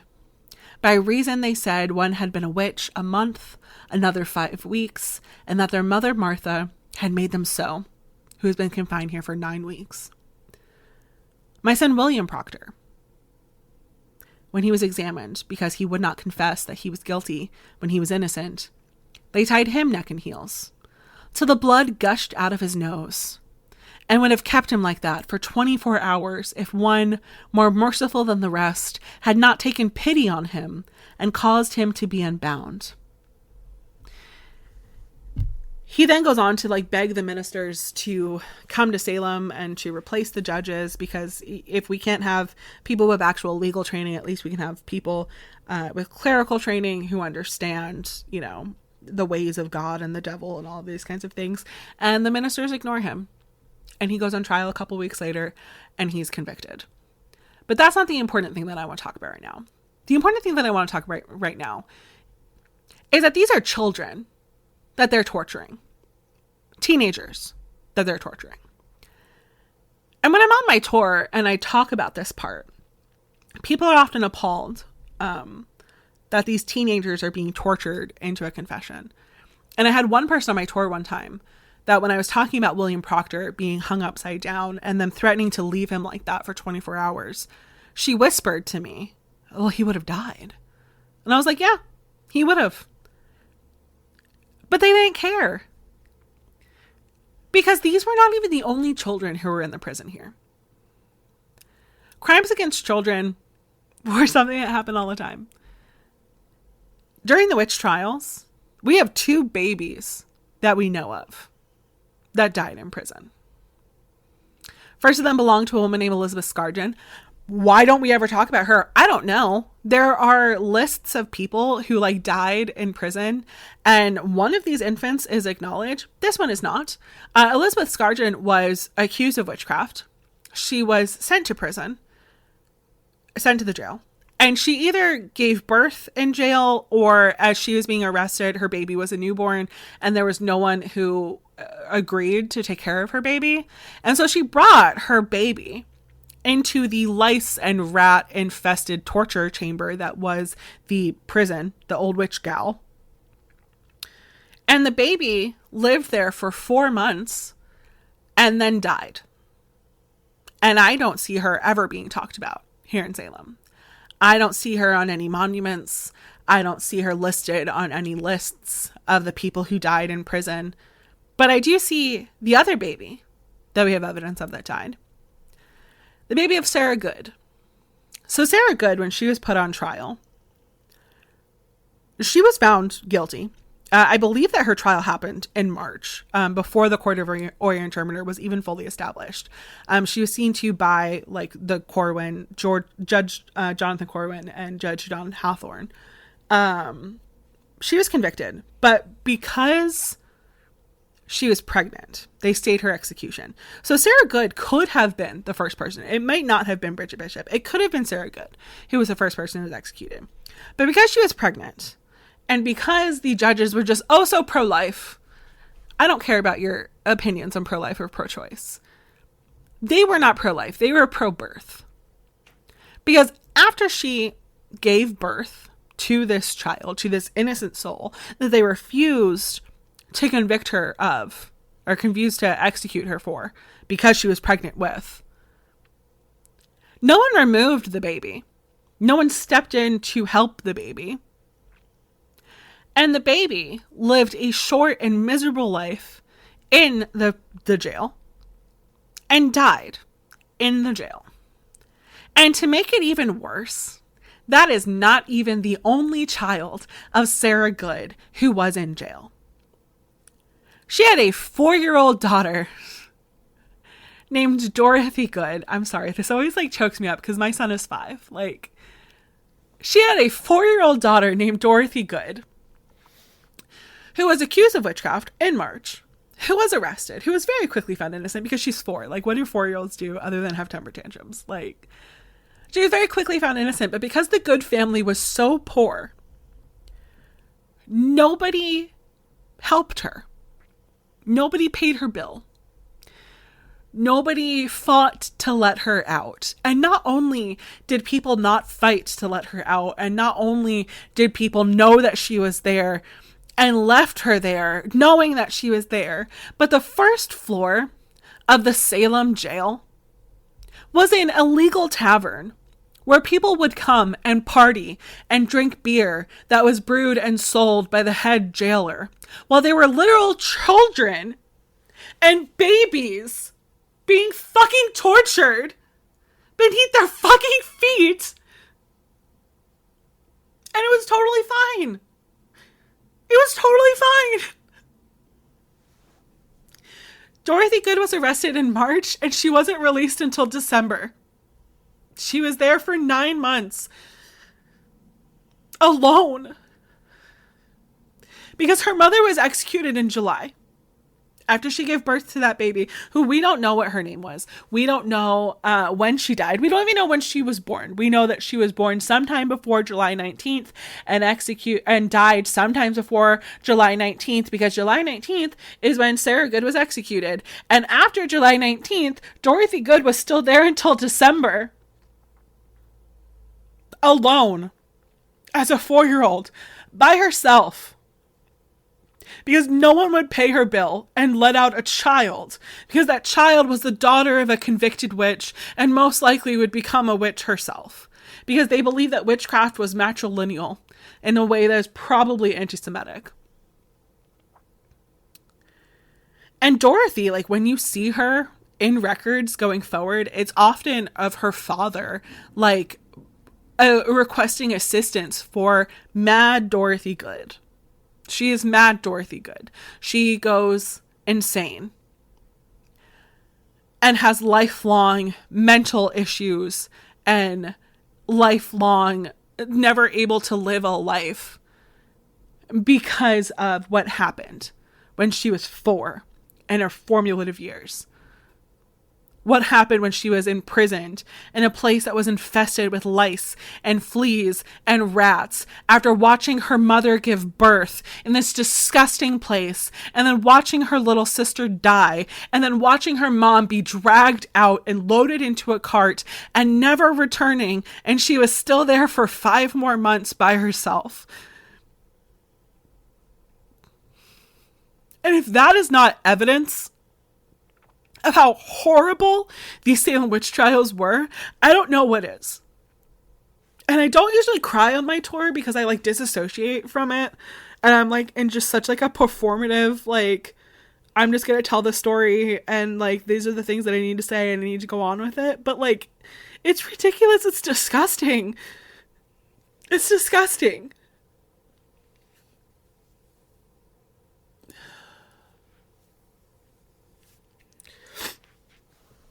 So Sarah Good, on July 19th, is executed. She is brought to the execution site with Rebecca Nurse, Susanna Martin, Elizabeth Howe, and Sarah Wilds. And awaiting them when they get there, they're loaded into a cart and they're transported to a place that's now called Proctor's Ledge, which was the execution site. And awaiting them when they arrive is a reverend named Nicholas Noyes. Nicholas Noyes, as a reverend, was not there to offer them any comfort, was not there to offer them any solace, was not there to offer them any sort of last rites. He was there as a member of the clergy to receive their final confession, because when these people were convicted as witchcraft, as witches, they were excommunicated from the church. There was no sparing them. There was no hope for them. But he would stand before them to receive their final confession, which needed to be, in the Puritans' opinion, got me. I was a witch this whole time. And I would have gotten away with it too if it weren't for you meddling kids and you pesky dog, right? Like, that's not at all what people said, though, of course, because they weren't guilty. Actually, on the scaffold, most of them took this moment to proclaim their innocence one more time. And Sarah Good kind of proclaimed her innocence, sort of. Because Reverend Nicholas Noyes went on this whole spiel, basically, of being like, you're about to meet God. Do you really want to die with a lie on your lips? Repent and save your immortal soul. Which, again, makes no sense to me. And I brought this up a couple days ago in my Salem Witch Trials class to ask for some clarification on this, because it makes no sense to me. Because the Puritans believed in predestination. They believed that God had already made the decision that you were going to die and go to heaven or go to hell, right? Like, that was like before the world was even a thing. God, the all-knowing and all-present being, had made the decision that you were going to heaven or hell. So why do you need to confess and repent in your final moments to save your immortal soul? Like, didn't God already make that decision? So what point is it to save your immortal soul? Like, did the Puritans believe that you would go to heaven and then like God would rip you away at the last moment if you were supposed to be one of those people? Like, I don't know. I have not found any answers for this. I think I just need to look more into the Puritan beliefs and the Puritan religion. Maybe one day I'll do a podcast just on that and get super fucked up with that, because religion itself can at times be messy. But like, I don't understand. And if anyone understands better than me, like, reach out to me, because that would be great. We could have a conversation about it. But it makes no sense to me. But he would stand there and he would say, repent, confess, save your immortal soul. Just confess that you are a witch. And Sarah Good said, I am no more a witch than you are a wizard, sir. And if you take away my life, God will give you blood to drink. Now, there are some theories as to why she said this.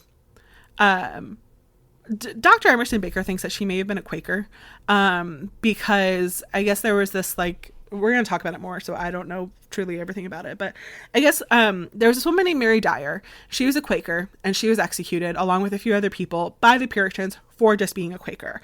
And after this happened, I guess there was someone who was writing about it and was saying that, like, God will give these Puritan judges blood to drink for what they've done. And this is based off of a quote from the Book of Revelations. So regardless of if she was Quaker or not, she could have also been saying, like, you say that I'm a witch, but I am a pious woman who knows the Bible.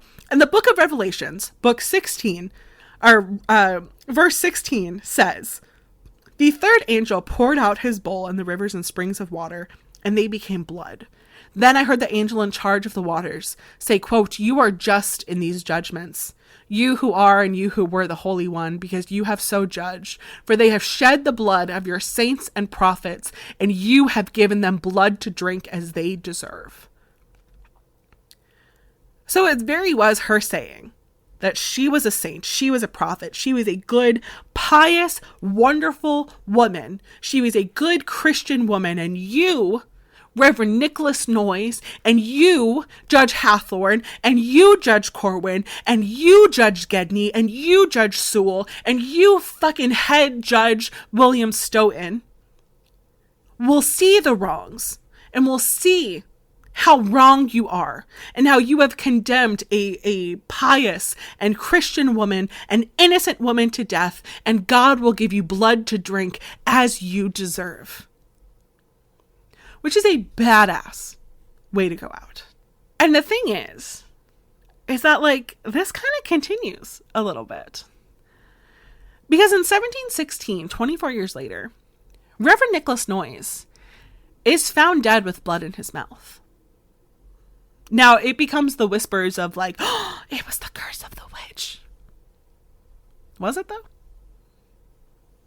Was it the curse of the witch? Or was it God carrying out what Sarah Good had promised? It's a big debate. I don't know. I'm an atheist, so I don't really have a say in it. I think that the death of Reverend Nicholas Noyes was poetic justice. I think that realistically we know that he most likely had, like, a seizure or a stroke and bit his tongue in the process and choked on his own blood. And I think that that is the most poetic justice that I have ever heard. Second only to, so the first church in Salem here, it used to be like a Puritan meeting space, but now it's a Unitarian church. And the Unitarian church, I was doing my tour at one point last year, and I think there were probably like 10 of us on the tour. Like, it was a pretty small tour, and it was the very beginning of October before it really started picking up.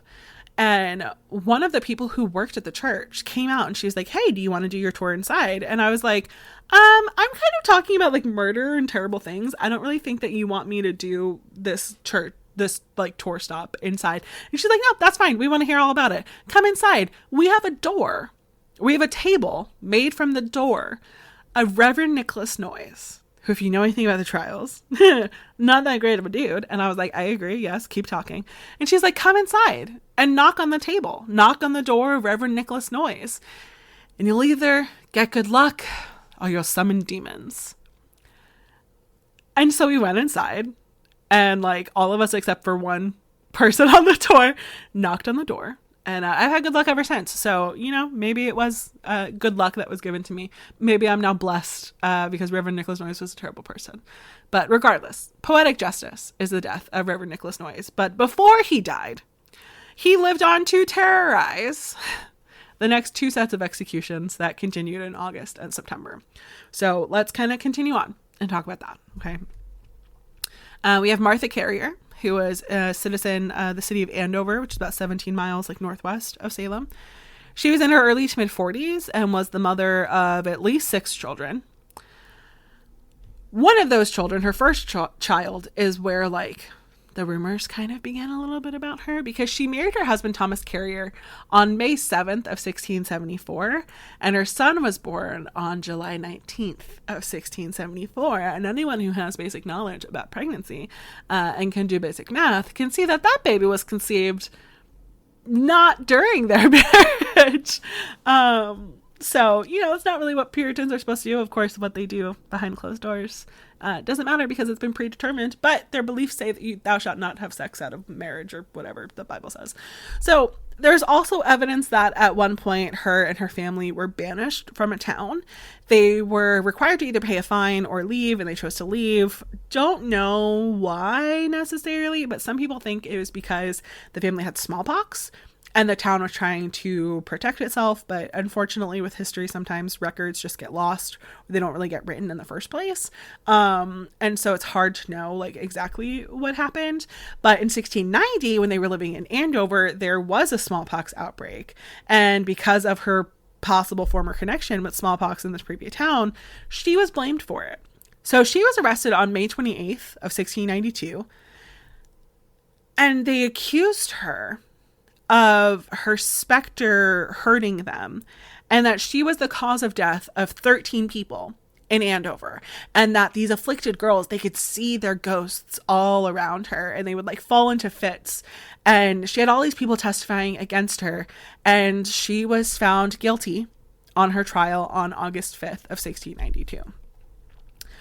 John Willard was in his 30s when he was accused of being a witch.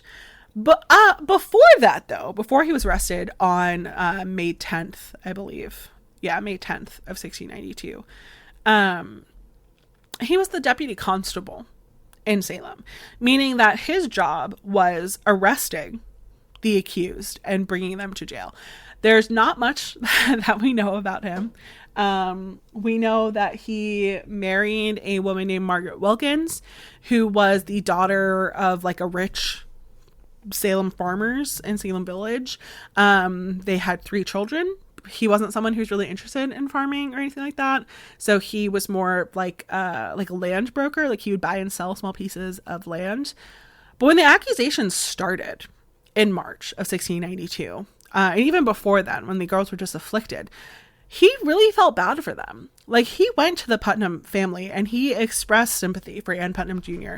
and for Mercy Lewis, who was the servant in the Putnam household, and the whole family. I mean, he was for the witch trials at first. There is a letter from him, or account from him, in April where he had this conversation and he was talking about how like the people who are accused of witchcraft and awaiting their trial are witches. They should be executed. Fuck them and fuck everybody else because they're all awful, awful, awful human beings. But in May, like end of April, beginning of May, he started to kind of have a change in heart and doubting the legitimacy of it. And this may have been because there were like some respected people in town who were now being accused of witchcraft. And so he actually like resigned from his position as a constable.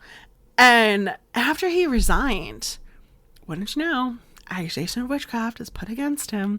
And he actually tried to flee.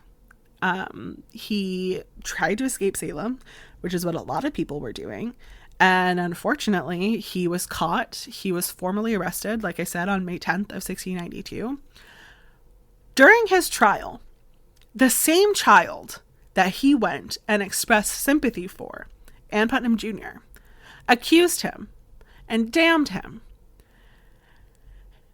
And there was this other evidence that was brought before him that like someone that he had quarreled with had died and that it was because of witchcraft. But like, this is not really like people died all the time. And this is an awful place to be during this time. And when he was proclaiming his innocence, he spoke so passionately that during his trial, one of the judges interrupted him and said, quote, "We did not send for you to preach. We sent for you to testify, and we sent for you to be found guilty," pretty much. And he was at his trial. That was also on August 5th. And John Willard was the youngest person to be executed during the witch trials here in Salem. We also have George Jacob Sr., who was in his 70s and was a farmer in Salem Village. When he was arrested for witchcraft, this is not the first time that he was in court, just like a lot of other people. He was really known for having a temper, In 1674, he was sued by the Putnam family for chasing Putnam's horses that were allegedly on Jacob's property into the river where they drowned. In 1677, he was fined for physical assault after he had an altercation with a neighbor. He was also arrested on May 10th of 1692 for witchcraft and was accused by his servant, Sarah Churchill. But he laughed during their testimony at the ridiculousness of it and proclaimed his innocence. He was really haughty about this whole thing. But during this time, when he was arrested and when he was awaiting his trial and all of that, his granddaughter was arrested and confessed that she was a witch and that her grandfather was also one. And many people, because of this like harsh past that he had, testified against him. And to really put the cherry on top for him, when they did his physical examination, he was one of the people that was found to have a witch teat on his shoulder that apparently didn't even bleed when it was pricked with a pin. And he was found guilty also on August 5th of 1692. How do you just have multiple murder trials? Honestly, I mean, like, the fucking Johnny Depp and Amber Heard trial last year lasted for 6 weeks. And you have these people being found guilty and tried multiple times in one day. Like, I just don't it doesn't make any sense to me. So, like, nowadays, you have big names from the trials. So you have Giles Corey, who we'll talk about in a couple minutes. I'm saying I like Martha Corey for being related to Giles Corey. You have Rebecca Nurse. Her house still exists. And so, like, we know about her because her house still exists and because it's like this whole museum. You have John Proctor, who's really popular because of the Crucible. You know, you have these like big names nowadays that people know. But back then, the big names wouldn't have been these people. Back then, there was really only one big name during the trial, and his name was George Burroughs. So George Burroughs was about 40 years old when he was arrested for witchcraft. And he was a minister. Not only was a minister, but he was a Harvard-educated minister. He graduated Harvard in 1670. He married his wife Hannah in 1673, and they moved to Maine. He was a pastor at a church up in Maine until one night the village was raided by the Wabanaki people in 1676, and the survivors of this raid relocated in Salisbury, Massachusetts, where he was minister for the next few years. And then he was offered a job as minister in Salem Village. So he took with him to Salem Village a little girl named Mercy Lewis, who was also a refugee from his village in Maine, and he made her his servant. So he brought her to Salem Village along with his wife and became the minister. But here's the issue with being minister. Okay. So when Salem was first formed, and Salem Village was first formed, having a minister was an important thing. I mean, you had to have a minister. But the problem is that for a really long time, for the first like 45, 50 years, Salem Village and Salem Town shared a minister. And I think this is a good time for me to explain sort of the dynamics between Salem Village and Salem Town. Okay. So Salem Town, which is modern day Salem. If you come to Salem, it is Salem Town back then. Okay. Salem Town was sandwiched between two rivers. So you had North River on the north side of town. You had South River on the south side of town. If you come to Salem, if you're on Essex Street, which is the main street in town, that's where all of the shops are. That's where Allison's house is from Hocus Pocus, which is actually called the Ropes Mansion. That's where the witch house is, which is Jonathan Corwin's house. That is where all of the shops are. That's where the PBD Essex Museum is. That is where the house that Captain Joseph White was killed in is on Essex Street. Like, that was the only main street into town. And so if you were on that main street into town, you were a really important person, right? There were mansions that were there. But overall, even if you didn't live in one of those mansions on Essex Street, Salem Town was very affluent. Salem Town was very wealthy. Salem Town was heavily involved in trade, and trade was very important in Salem. The Salem port, for a very long time, was used more than the Boston port. We were the richest city in America until the mid-1800s when the ships got too big to make it into our small port. Salem was responsible for bringing the first pepper into the country. Arguably could have brought the first elephant into the country. They are responsible for opening up trade with many places that are in Asia. Like, Salem was so important to commerce history, to merchant history, to the history of sail, to the history of the Navy. I mean, there are so many things. Salem is the birthplace of the National Guard. I mean, Salem was so important. But in 1692, the people who lived in Salem town were heavily involved in trade. They were merchants, they were shipbuilders, they were sailors, they were fishermen. They would do all of these things, sailmakers, you know. And the people who lived here were very wealthy. But the people who lived here also didn't really have enough time to like farm. There wasn't really enough land to farm. So if you go a little bit farther inland to a place that's called Danvers, that is where a lot of people moved to. Back then it was called Salem Village. So Salem Village was where all the farmers went to. Salem Village was also not nearly as wealthy as Salem town. Salem Village was a lot more poor. A lot of people lived hand to mouth. That's not to say that there weren't some wealthy groups of people. You have like the Osborns, the Putnams, the Coreys, the nurses. They had these large sort of farmlands, but a lot of people sort of lived hand to mouth. A lot of people didn't know if they were going to have enough food tomorrow, let alone through the winter. And at first, these two towns, until 1672, shared a minister, which meant that on some Sundays, the minister would preach to the entirety of the people of Salem town and Salem Village, basically like, God is good.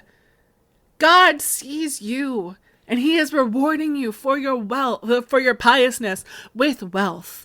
God sees how wonderful you are. God sees how successful you are. God sees how you continue to pay my salary every week, and he is rewarding you with a little bit of the riches of heaven.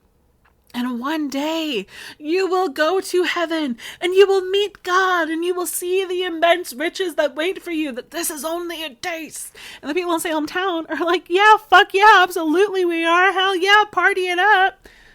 But the people in Salem Village who don't have enough food for tonight, whose kids just died, starving to death, who are struggling immensely, are not really feeling seen.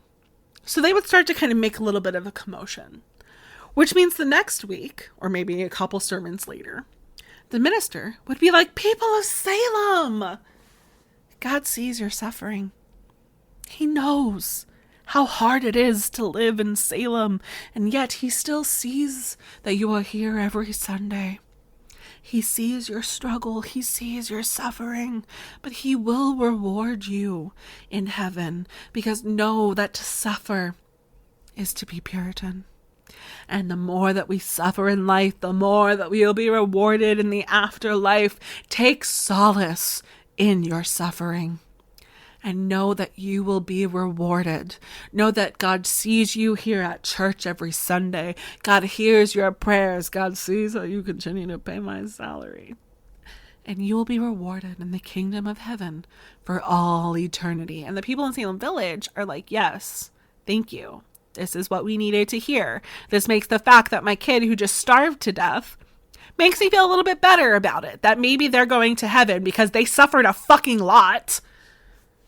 But then people in Salem town are like, excuse me, sir, minister man, we're not suffering. So are you trying to say that we're not going to go to heaven? Are you trying to say that this is a trick? Are you trying to say that the more we suffer, the more we'll be rewarded in the afterlife? But like, we're not really suffering all that much. So what is it that you're trying to say, sir? And then they would start whispering and creating all of this commotion. And then it would just go back to the other one, right? And so it's this constant fighting between like Salem town and Salem Village and Salem Village and Salem town. And eventually they would just stop paying this person's salary and they would run him out of town. And Salem Village, for a long time, was pushing Salem town to be like, please let us have our own minister. Please let us have someone who lives in our community, who understands our struggles, so we don't have to keep having this whole back and forth. So we don't have to be embarrassed to go to church on Sunday when we're surrounded by people like the Corwin family and like the Hathorn family and like the Gedney family, who are incredibly wealthy and who have the nicest clothes and the nicest thing. And we're here in our rags just trying to pray and trying to seek solace in God. And for some reason, for a really long time, Salem town was like, no, absolutely not. You need to come all the way here. You need to come to church on Sunday here. You need to continue to pay taxes to the church that's over here. You need to continue paying the salary to the church that's over here. And there is no ifs, ands, or buts. There are no excuses. There are no anything that's going on. Okay? But finally, Salem Village fought enough that in 1672, they get their own minister. But the thing is that this minister is not ordained. This minister cannot perform marriages. He cannot perform baptisms. He cannot do anything important that a minister would do. If you had members of the church who wanted to go to the Lord's Supper, they couldn't do it in Salem. They had to go somewhere else. If you wanted to actually physically join the church, because that was like a whole thing called conversion, where like there were people who attended the church and then there were people who were like members of the church. And to be a member of the church, you had to like get approval and confess all of your sins and like became this like big super elite people or whatever. But if you wanted to do that, you had to go to Salem town to do it. You couldn't do it in Salem Village. And so people were still kind of frustrated about that, but at least they had someone preaching to them that like understood their issues. They didn't have an ordained minister in Salem until 1689 when Reverend Samuel Parris became the minister. Like, oh, so funny. Like, so interesting, right? So George Burroughs became minister in Salem in the late 1670s. He arrives in Salem and he gets caught up in the drama because even though Salem no longer has this fighting between Salem town and Salem Village, you still have fighting in Salem Village, right? There's still people who live different lives. There are still people who have all these disputes. There's still people who have all these issues, and they're constantly turning to the minister to ask them to help. And eventually they get frustrated with this minister. They stop paying his salary and they run him out of town. And this is what is happening to George Burroughs within a couple years. By 1681, his wife dies, and he doesn't even have enough money to pay for her funeral. So he moves in with the Putnam family. He borrows it from the Putnam family. And by April 1682, he is run out of town. He quits and he leaves, and he's like, give me a year and I will come back and I will pay off my debts. And he leaves. And April of 1683, he doesn't come back. He comes back on May 3rd of 1683, which is not what they agreed to. He said, give me a year. It's been a year and a few days, which means that the moment he steps back into Salem Village, the Putnam family has him immediately arrested and thrown into jail. Now, this Harvard-educated minister that people hated so much is now arrested, and he has a criminal record for failure to pay debt. And he brought back enough money with him to pay off what he owed to the Putnam family, but not to pay off this debt that he is now accruing now that he is in prison. And so he's stuck there for a little bit until there are 6 people from the town that actually like feel bad for him. So they go and they pay off the debt that he's accumulated in prison. He goes, pays off the Putnam family, and he's like, I'm fucking leaving. I'm never coming back to Salem. This is 1683. Don't whisper the name Salem to me ever again. Salem, New Hampshire, hate it. Salem, Oregon, doesn't even exist. Still don't fucking want anything to do with it. Anything that is called Salem, you can shut the fuck up about it. I'm done. I'm going back up to Maine, where people are sane and understand what it is to be a person, right? Like, he is pissed about it. So he leaves. The next 9 years, he's doing totally fine. On May 4th of 1692, people arrive outside of his door in Maine and tell him that people in Salem have accused him of witchcraft. They've said that his specter has come all the way from Maine and is bewitching people in Salem. And he is arrested and he is brought back to Massachusetts. And while he is being brought back to Massachusetts, there is a terrible thunderstorm. It is awful. They actually have to stop and take shelter until it passes. And it was determined that the storm was caused by Satan to try to thwart them and allow the Reverend to escape. But the men who guarded him were so pious and strong that they fought off the devil, right? This is the story that they have. When he's examined, finally, he's asked some really interesting questions. So his trial is on also August 5th. So interesting. So many people see it on August 5th. His trial is on August 5th, and they ask him some really interesting questions. Say that there were rumors that his house is haunted. And he says, no, my house isn't haunted, but it is surrounded by toads, which are clearly agents of the devil. Did you not pay attention when I explained familiars being toads? He also couldn't remember the last time he took communion, which is odd. Then they say, George, you have 8 children. How many of your children are baptized? He says, only the oldest. They say, only the oldest? The road to hell is paved with the skulls of unbaptized babies, and you are only baptizing your oldest children? How dare you, sir? Now, there are some people who think that at this point he had actually converted and he wasn't a Puritan anymore, that he was a Baptist, which means he didn't have to baptize his children, but he's not going to like publicly proclaim that, right? He was a really private person. He was a really private person in a role where like, you are not supposed to be private. You are expected as a minister to live very publicly and lead your flock by example. And he is not baptizing his children, and he is not taking Holy Communion, and he might not even be a Puritan anymore. And it was theorized and put forth by the judges that at some point his hatred for Salem had become so strong because of all the ways that he was wronged by Salem that the devil had come to him and had corrupted him. And that when the devil came and corrupted him, the devil truly succeeded. Because if you're wanting to corrupt and destroy an entire world, the best place to start is not with a beggar like Sarah Good or, an accused witch like Bridget Bishop. No. The best place to start is with a minister.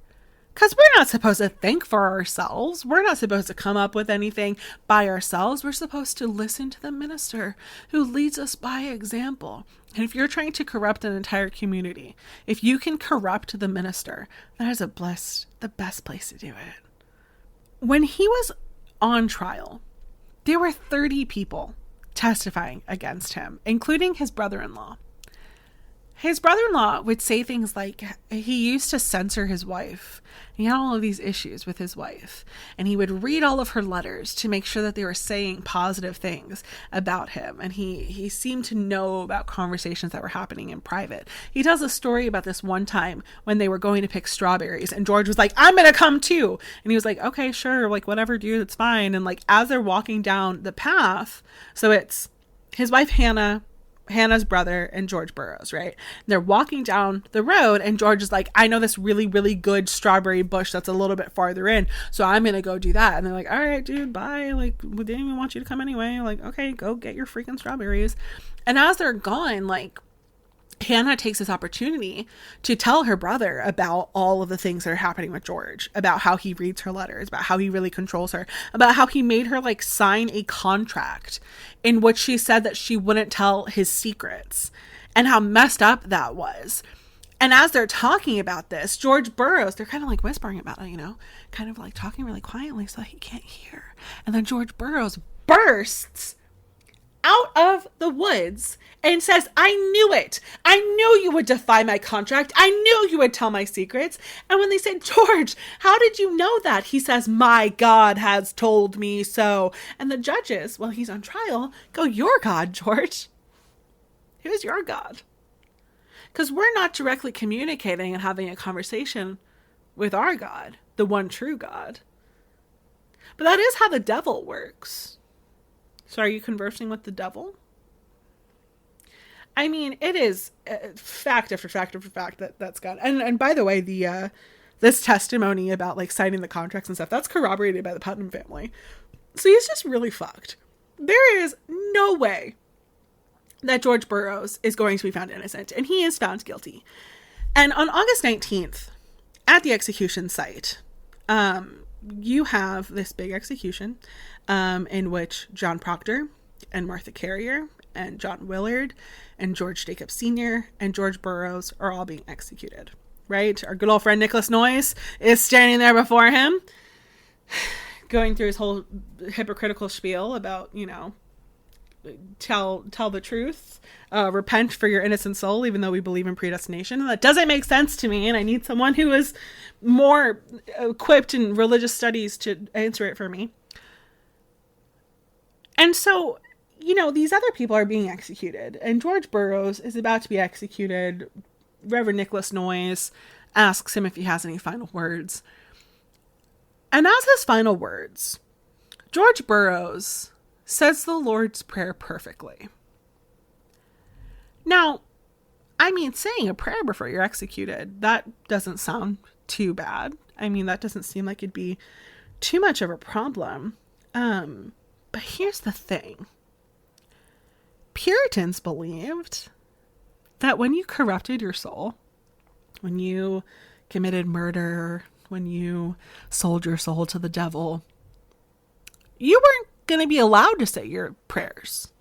You weren't going to be allowed to say the Lord's Prayer specifically, because it was believed that when you corrupted yourself, that God would not allow you to have the comfort and the solace that you would experience when saying your prayers. And in fact, a very common test that would be done during the witch trials was just to say the Lord's Prayer. And if you stuttered, if you forgot a phrase, if you coughed in the middle of it, that would be them determining that God was not allowing you to say your prayers because you had corrupted yourself. And here is evidence of it. So now you have a man with a noose around his neck who has said the Lord's Prayer, which you are not allowed to do. A man who is said to be leader of all of the witches. A man who many people came from all over Massachusetts to see hanged. And now you have this man who's shown that he's not actually a witch. Which means people who came from all over Massachusetts to see him hanged have heard him say this Lord's Prayer that he's not allowed to say. Which means people from all over Massachusetts are now freaking the fuck out. They're like, oh shit, what if he is not actually a witch? And if he's not a witch, then what if other people are not witches as well? And if other people aren't witches, then maybe we've done something wrong. Have we killed innocent people? Have these people actually not been lying when they said that they're innocent? Oh shit, if we've been killing innocent people in the name of God, God is going to punish us for this.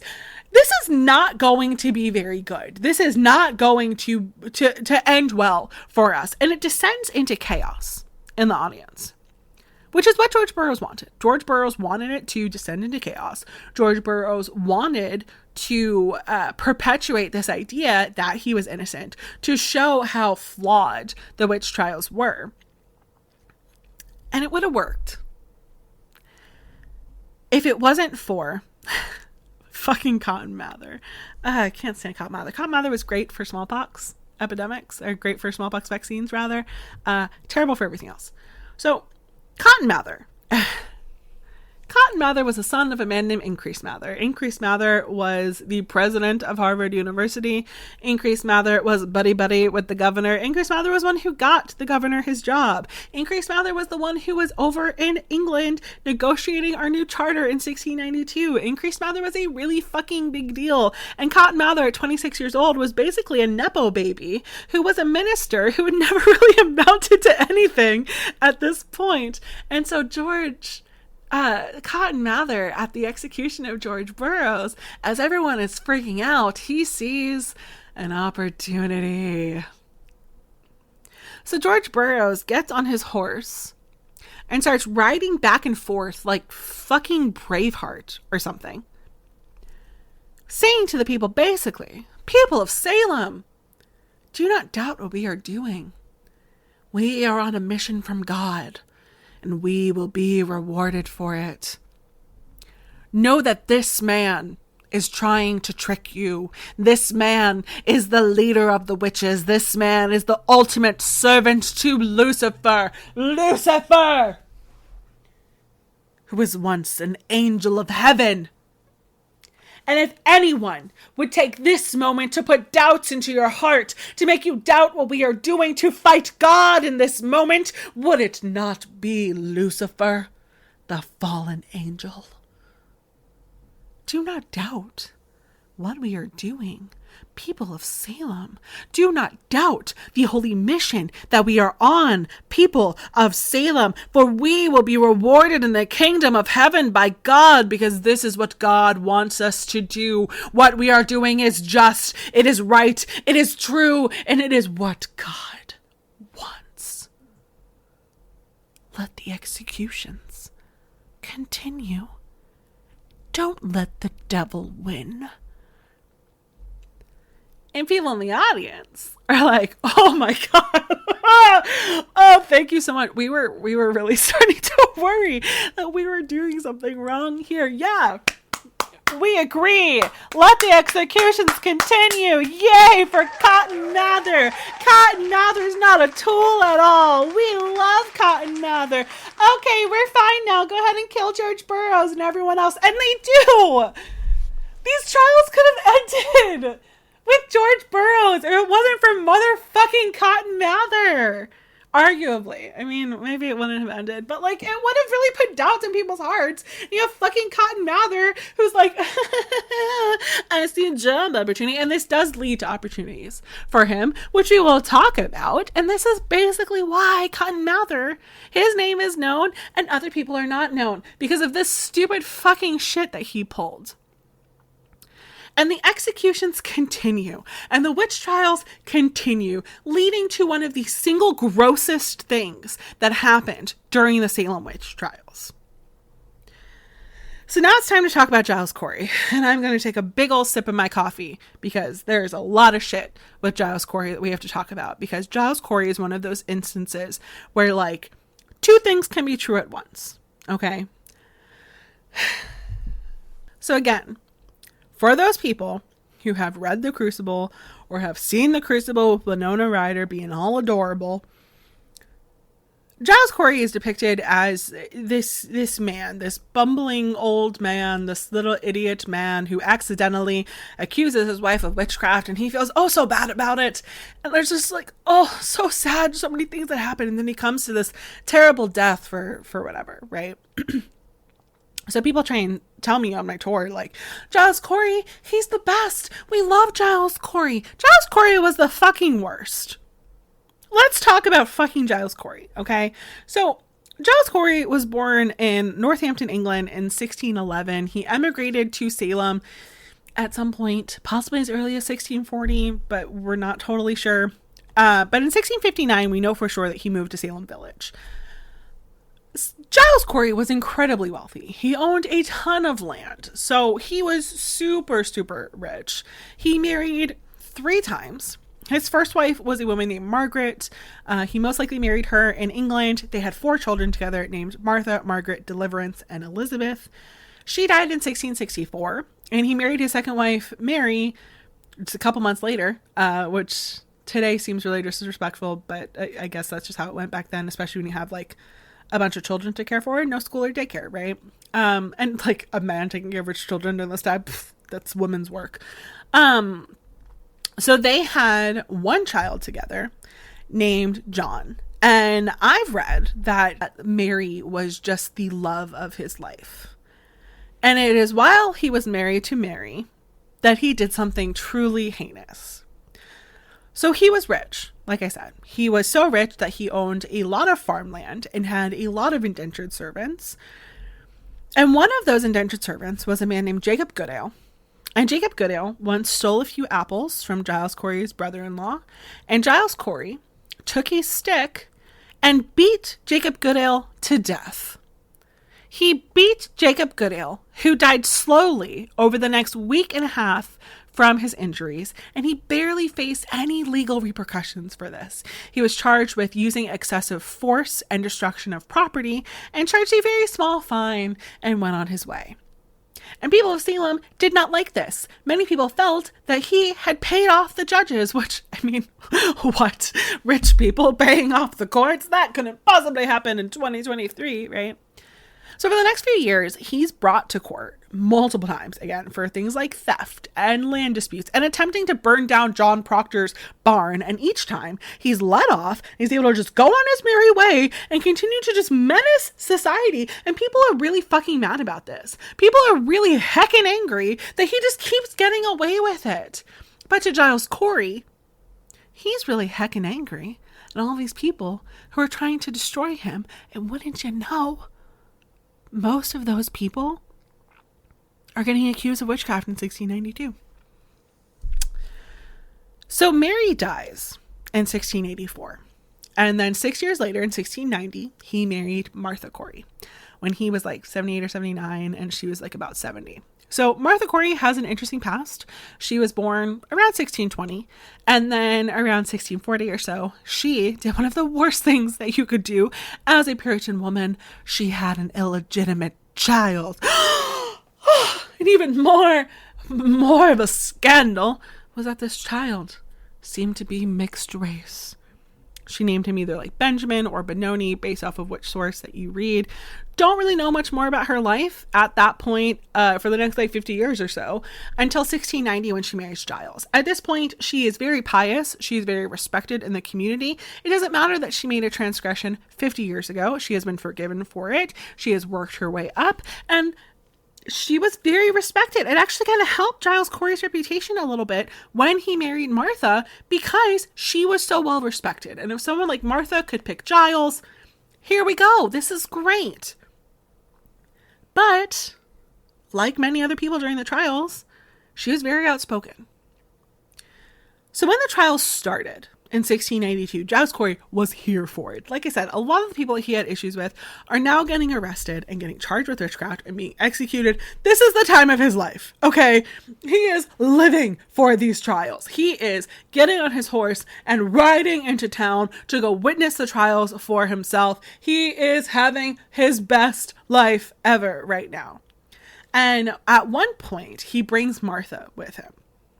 And he goes and he's like, this is the best thing ever. You want to come with me, babe? Let's go make a date out of it, right? And so he goes into town with her, and they go and they see the trials, and he's like eating popcorn and clapping in the corner. He's dancing when people are convicted. But Martha, not so much. Martha is seeing the other side of this, right? She's seeing the contradictions. She's seeing the corruption. She's seeing the afflicted girls who now have so much power in these courts. These afflicted girls, mostly children, who now have the power to point a finger and destroy someone's life. You have these children, which in Puritan society, children are not even supposed to speak. Children had no rights whatsoever. And now you have these female children, these girls, who also have no rights whatsoever, which means when you are a girl child, you have zero rights. And now these girls are running the trial. They're convicting people left and right. They're making it a spectacle. And they have so much power that they're like able to interrupt the reverend on Sundays, which no one is supposed to be able to do. And now you have these girls. It's not great. Martha Corey sees this, and she starts hard speaking out against this. She starts pointing out all of these issues and saying to remove the girls from the trial. Why are you letting these children run everything? Why are you letting these children make a spectacle of everything? Why are you letting these children do all of this and have all of this power to interrupt the reverend on Sunday and heckle him and say things like, what part of the Bible is that from, sir? Real pious of you to say that when I saw you at my daddy's tavern last night, right? I mean, it's ridiculous. And she's seeing all of this and being like, this is a mockery. This is ridiculous. But in doing so, she's now made herself a target. So on a Saturday afternoon in March, Ann Putnam Jr. bursts out of her home and screams, Martha Corey has just attacked me. And the officials that she reports it to are like, all right, great. We believe you. Thank you so much. We just had one little question. What was she wearing when she attacked you? Right? 'Cause it was in spectral form that she attacked her. And Aunt Putnam Jr. is pretty much like, I'm sorry, what? Like, I don't know. I wasn't paying attention to her fashion choices on this fine Saturday afternoon. I was too busy getting fucking attacked. Why would you even ask me that? And they're like, well, here's the thing. Like, we're still going to go question her anyway. But, like, what was she wearing? Because if we go to her house and she's wearing the same thing that you say that she was wearing when she attacked you, that's no evidence against Martha Corey. We're trying to pretend that we have due processes. And then Aunt Putnam Jr. goes, oh, right. Okay, well, okay, here's the thing. So, when Martha was attacking me, she also temporarily blinded me as well. So, I have no idea what she was wearing. And they're like, that's okay. We still believe you. You've never steered us wrong before. Aunt Putnam Jr. accused the most amount of people during the Salem witch trials. On record, we have over 63, but there's a lot of records that were lost. So many historians believe it was like upwards of 80 people that she accused of the 150 to 200 people who were accused during the trials. And conveniently for her, it's all people who kind of, I don't know, had issues with her family. Isn't that real convenient? So later on that day, they go to Martha Corey's house. Martha Corey opens up the door and she's like, ugh, I know why you're here. You're here because Aunt Putnam Jr. accused me of witchcraft, aren't you? And they're like, yeah, we are. How did you know that, Martha? She's like, it's not important. But what is important is, did she tell you what I was wearing? So I feel like that's a little bit of a contention. And the officials at the door, the constables, are like, no, Martha. How did you know that? Now, realistically, we know what happened. It's like after this publicly, well, like we don't know what happened, but we can assume that like after this public accusation, most likely someone went and warned Martha Corey of what happened, right? She had heard about it. Someone came and they were like, hey, just so you know, people are probably going to come later and they're going to question you about witchcraft because Aunt Putnam Jr. said this, and this, right?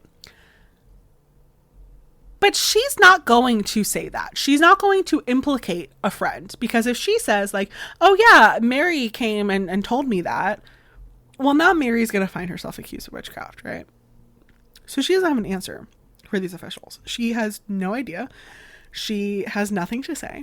And the officials come to the conclusion that the devil told her, that the devil was present at the accusation and that he went and warned her so that she could be ready for it. And they tell her to enjoy her last few hours of freedom because they are going to Salem town. They are going to get an arrest warrant for her, and they are going to come back and arrest her. But here's the thing. It's Saturday afternoon when they finally get there. By the time they get back, there's no time. It's too late in the day. They can't go back to arrest her because it's already dark and it's not safe to travel at nighttime, especially when there's potential of Indigenous people, right? There's also a law in place that you can't arrest somebody on Sunday. So they have to wait until Monday to arrest her, or later on in the week to arrest her. So what does she do with her last potential day of freedom? She goes to church. She's a good Puritan woman. It's Sunday. Sunday's our church going day. She's going to go to church. And not only does she go to church, she goes to church and she sits front and center in the church. She gets there before the reverend does, so that every single person who comes into that church has to see her there, has to see her spending some one-on-one time with God. She is greeting people by name. What's up, Aunt Putnam Jr.? Fancy seeing you here. So nice to see you on this fine Sunday in March. Hey, what's up, Proctor family? So nice to see you too. So sorry to hear about those accusations that are against you. Hey, what's up, nurses? What's up? Right? I mean, it's ridiculous. She's making a mockery of the entire thing because she's trying to show that this is dumb. But the problem is that by making a mockery of this entire thing, She's now pissing off the girls even more. And at this point, one of the girls stands up in the middle of the sermon, interrupts the reverend, and says, "I see her. Martha Corey. She's in the rafters, nursing her familiar, a yellow canary, betwixt her fingers." And now this is more evidence against Martha Corey. And now Martha Corey is arrested, and later on she is brought to trial. And when she is brought to trial, there are many people testifying for and against her. There are many people who are acting up. These afflicted girls copying her body language. They're saying that she's scratching them, that she's biting them. And Martha Corey is laughing about it. She is denouncing the trials and the main accusers and all of these kinds of things, making a big show of everything that's happening. And you have these people now who are testifying. And they called Giles Corey to the stand. And they asked Giles Corey, very simply, "Is your wife a witch?" And Giles Corey says, "Yeah, absolutely she is. Let me tell you all about my wife. My wife, when the trial started, and I tried to involve her in everything. I was trying to make sense of what was going on and trying to understand the devil's ways and how the devil would work. She didn't want me to come to the trials. She actually began to hide my saddle. And I think it was in fear of what I would discover when I attended the trials. Additionally, there was this time that my ox and my cat got very ill. And oxes and cats have very important roles on the farms, right? So the cats eat the vermin, the ox plow the fields. If your cat and your ox get sick, that means that business is probably going to be down for a few days until you find a new one. So he puts this accusation that my ox and my cow got very ill. And when I told her about it, she told me to just sort of beat him up a little bit. Maybe they're just being lazy. Giles Corey, who has a history of beating things up and it not going well. Martha Corey is now telling him to do that. He thinks it's kind of weird. He's like, well, if they're already sick, why would I beat them up? Because if I beat them up, then, they're going to get even more sick. They might die from it. So he just leaves them alone for a couple days. And wouldn't you know, they're fine now. Then he tells a story about this time when they were praying. At least, well, she said that she was praying, but she wasn't saying anything, which is weird because I thought you were supposed to say your prayers, but I thought maybe she was just whispering them to herself. And me, being the good Puritan man that I am, I go to, I beat a man to death, but it's fine. I'm a Puritan saint. I'm a member of the church, approved 100%. I went to go say my prayers next to her, and I don't know. It's like the words got stuck in my throat or something. It's like there's a little voice in my head that's saying that it's like the devil is in the room with me. And when I turn towards Martha and I tell her what's happening, she said, "Don't worry. I'm coming for you." What does she mean by that? And the judges are like, it means that she's a motherfucking witch. Yes! High-fiving in the background. I mean, this is what they wanted. This is the kind of testimony that they needed. And Martha Corey is largely condemned and convicted because of the testimony of her fucking husband. And Giles Corey is continuing to live his best life. Now he's getting rid of his naggy wife. The proctors have been arrested. The nurses have been arrested. The Putnams are on the good side of the trial. So I don't think the Putnams are going to get arrested. But you know what? I'll take what God gives me. But a few weeks later, Giles gets a knock on his door. The accusation of witchcraft has been made upon him. And the interesting thing is that one of them basically tell him, we've been thinking, and, I know that you said that it was like the devil was in the room and the devil was preventing you from saying your prayers, but that's not really how the devil works. That is how God works, though, right? So we've already talked about it. God would not allow you to say your prayers if you've corrupted yourself. But against the devil, That's the only defense that you have. If the devil is attacking you, you say your prayers, and he has no rights. He has no jurisdiction against it once you say your prayers. So Giles Corey is arrested. On April 19th, he is investigated. He says that he is innocent, but the afflicted girls are causing all sorts of issues, and he is put in jail to await his specific trial. So in September of 1692, he's put on trial, and all he needs to do on this trial is to just say guilty or innocent, right? And it's not even to actually proclaim his guilt or innocence. It's more so to be like, all right, how are these trials going to go? Are you going to cooperate, or are you going to be difficult? Are you going to cooperate and say that you are a witch, which we know to be true? You'll pay a very small fine. You'll be able to go on your way, menace to society like always. Or are you going to say that you're innocent and make us go through this whole process? Well, you're going to be found guilty anyway. Giles Corey has gone to the trials.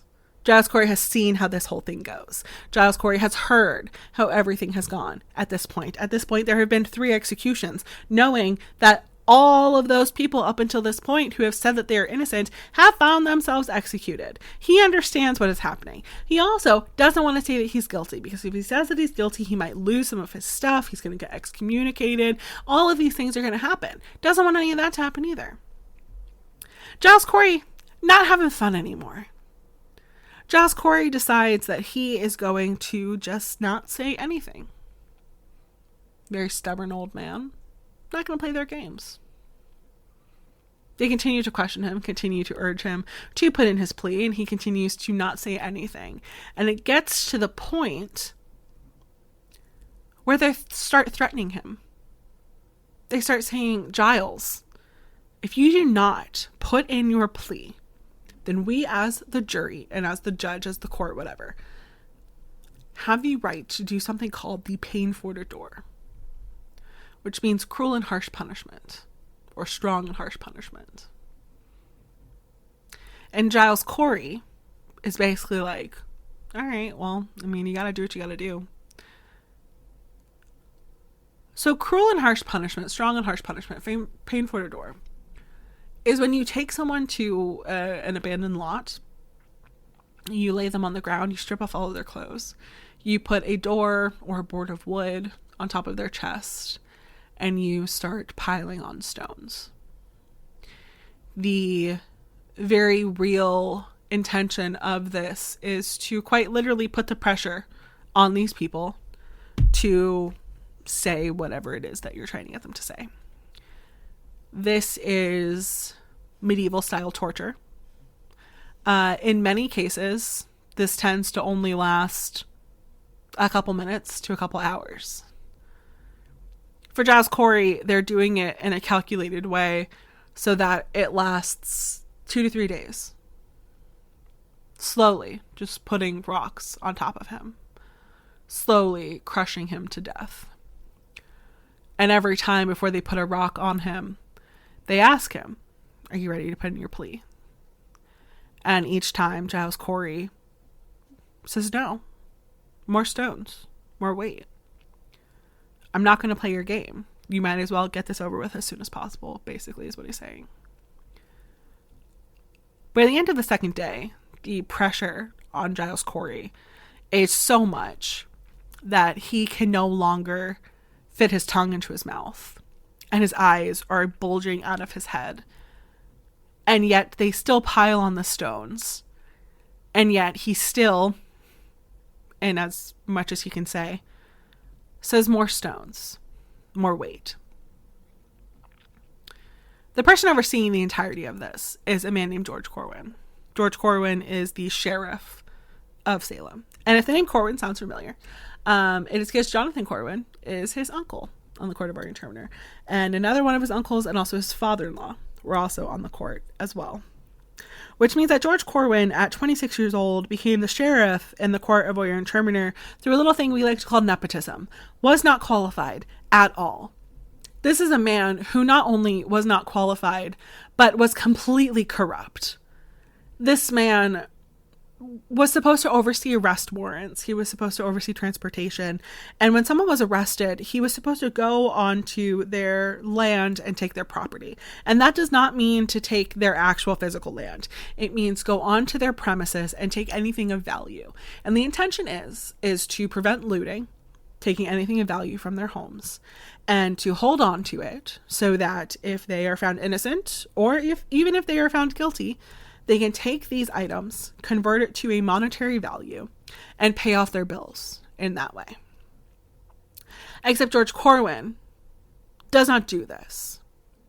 George Corwin goes on to people's land and takes all of their belongings of value. He goes into their orchards and he takes all of the fruit. He goes into the cattle, like, grazing areas, and slaughters all of the cattle and sells it. He goes into warehouses and takes all of the goods and sells it and profits immensely. He profits so much that he is able to build a shiny new house in which he moves into, profiting off of the pain and suffering. He built a house with blood money.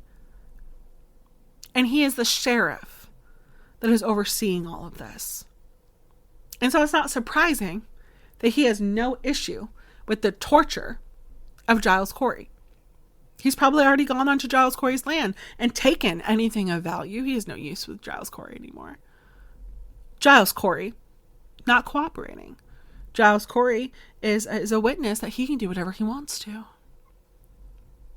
And the story goes is that George Corwin approaches Giles Corey, takes his cane, shoves his tongue back into his mouth, and says, "Have you had enough yet, old man? Just confess. Just say what we know to be true." And Giles Corey at this point struggles to say it, but he still says, "More stones, more weight." Giles Corey at some point is excommunicated from the church because they believe that he was committing suicide, because they felt that this was all in his hands. The courts, the church, sheriff, no one's taking responsibility for this. They're not doing this to Giles. Giles is doing this to himself. And Giles has the complete opportunity and the complete availability to end this himself. All he has to do is just say, guilty or innocent. And yet he's the one that's not cooperating. And he's the one that continues to allow this to happen to himself. Our hands are clean.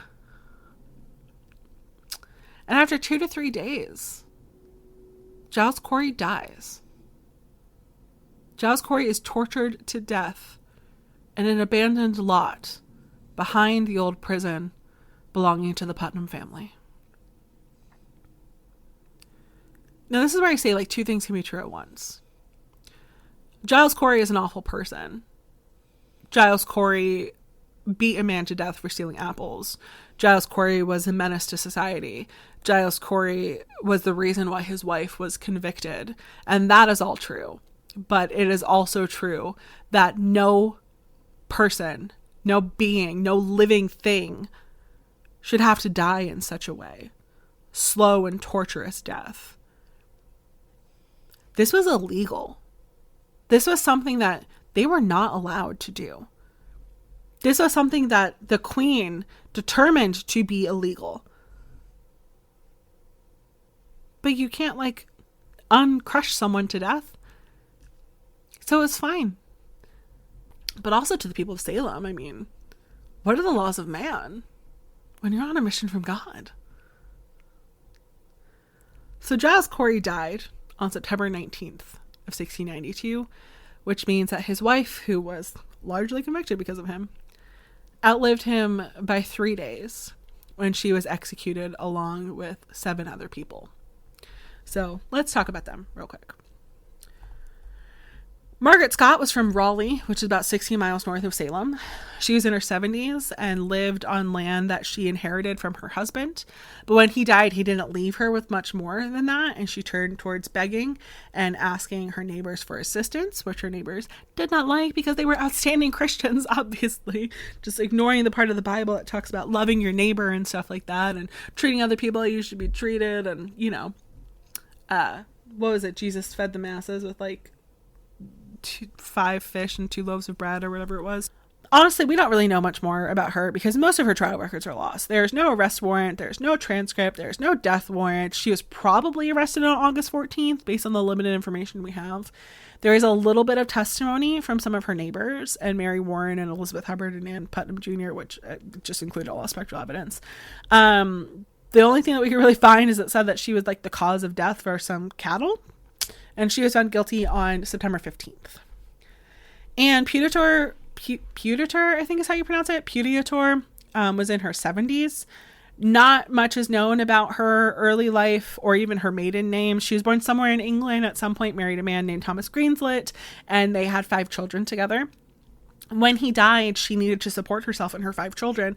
So she became a midwife and a nurse. And that is how she met her husband, Jacob Puditor, who was a blacksmith. But the way that they got together was a little scandalous because Jacob was married. His wife was very ill, and Ann Puditor was his nurse, or was her nurse rather. Ann Puditor oversaw the care of Jacob's wife, and Jacob's wife died. And soon after her death, Ann Puditor and Jacob got married. So there are a lot of whispers that maybe it wasn't an accidental death. Maybe they were plotting it together and she actually killed her, made it look like it was natural causes. Pretty scandalous. Although there's no proof of this. This is just what people are saying. But again, rumors, right? So when Jacob died in 1682, she inherited all of his land and all of his money. And people were even more like, oh, scandal. A scandal. She was arrested on May 12th of 1692. She was examined and sent to a jail in Boston. And then actually, it seems like she may have been released because she was examined again in July. So some of the testimony against her was about her work as a nurse, like I already said. Like she would come in and try and help people who were sick, and sometimes they would die, which is like what happens when you're sick. And even today, some people go to the hospital and they don't come out. It was also suspicious that they had like ointments and oils in her home, which, like, as a nurse, I'm not surprised that she had ointments and oils in her home. She said that it was soap making supplies and some healing stuff, but they were just like, no, we know better than you. It's actually magic potions. And she was found guilty on September 19th of 1692. Mary Parker was a widow from Andover. She was in her mid to late 50s. She had 9 children. When her husband, Nathan Parker, died in 1685, he left her and their children a considerable amount of land and money for the time. There aren't a lot of records of her trial either. We do know that she was really well respected and never really had any issues with the law or her neighbors. So no one really even knows why she was accused at this point. In September, she was named by a 15-year-old boy and arrested that same month. That's pretty much it. There's nothing like rumor-wise that really led to her accusation. She denied all the charges and was found guilty. She's also the one that spent the least amount of time in jail, only about 20 days or so. Her trial was on September 13th, and she was one of the people who was executed on September 22nd. Alice Parker was from Salem town.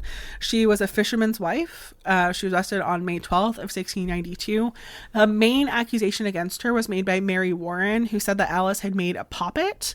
And then, of course, spectral evidence and all of that. Alice claimed that she wasn't guilty and denied everything, but she was found guilty on September 9th of 1692. You have Wilmot Red, also sometimes called Wilmot Reed. She was a fisherman's wife who lived in Marblehead, which is the next town over from here. She was apparently very unpopular and had a reputation of being familiar with the supernatural. She would apparently like curse people and infants. She curdled milk straight from the cow. She turned butter into blue wool and a couple other things. But the people of Marblehead just ignored it. Like, oh yeah, you got to avoid her on Tuesdays. That's her cursing day. Like, no one really had an issue with her. But the girls that were in Salem heard about it and they accused her. She was arrested on May 28th of 1692. She was brought to Salem and they used this evidence from the town against her as well as spectral evidence. And she was found guilty. Mary Esty. Mary Esty. Mary Esty was the wife of a wealthy farmer. She was a sister of Rebecca Nurse. Like I said, with Rebecca, their mother and their sister was also accused as well. She was in her late 50s when she was accused of being a witch. She was a really well-respected woman in Salem. And other than some land dispute issues between her family and the Putnam family and being related to others who were accused, we don't really know like what led to her accusation. She was arrested on April 21st of 1692. Then she was released and then rearrested 2 days later when Mercy Lewis continued to accuse her of tormenting her. A lot of people spoke out against her, claiming spectral evidence and that she caused sickness. And she was found guilty. But we're going to talk a little bit more about her in a couple minutes because it's weird to say, and I understand that it's weird to say, but Mary Esty is probably like my favorite of the victims, probably like my favorite story of the victims. And I'll kind of explain that in a little bit as we go on. So the last person that I want to talk about is Samuel Wardwell. Samuel Wardwell was 49 years old and he was a carpenter from Andover. Many of the records are lost. No one really knows like what led to his accusations and arrest. But unlike the previous 19 victims that we talked about, he actually confessed. He said that he had signed a pact with the devil, that he was unhappy with his life. He told fortunes. He practiced folk magic. He said that he was discontent because he was in love with a woman named Sarah Barker and she rejected him. And so he sold his soul to the devil. It didn't work out. He ended up marrying someone else, but it's fine. And so a lot of people that I talked to were like, yeah, 100% he was a witch. And I was like, no, I don't think he was. Like, did he practice divination? Maybe, but that's not the only thing that made witchcraft back then, right? There's also another person named Dorcas Hoare. Dorcas Hoare, like, she was a very, I mean, minus her name, like, poor thing, but, like, she was someone who, like, I had never even heard of because her story is, like, relatively insignificant. I guess there's some podcast that someone listened to where they talk about Dorcas Hoare a lot. Dorcas Hoare was also someone who confessed, who was supposed to be executed, and she never was. And so people like Dorcas Hoare was a witch, Samuel Wardwell was a witch. There are like 56 people who confessed to witchcraft. During the trials, like I said, there was a precedent set where if you confessed to being a witch, you would be forgiven for it. So when people were accused of witchcraft and the investigation began, over 50 people confessed, making up reasons as to why they were witches. Half of that, like 27 people, were seen by the Court of Royal Determiner saying their innocency. It's like a 2-to-1 ratio of we have more people who confessed than said that they were innocent. But it's interesting with Samuel Wardwell because Samuel Wardwell confessed hypothetically following the same formula that had been set at this point and was fucked over because of it. It seems like things are kind of starting to change here in Salem, right?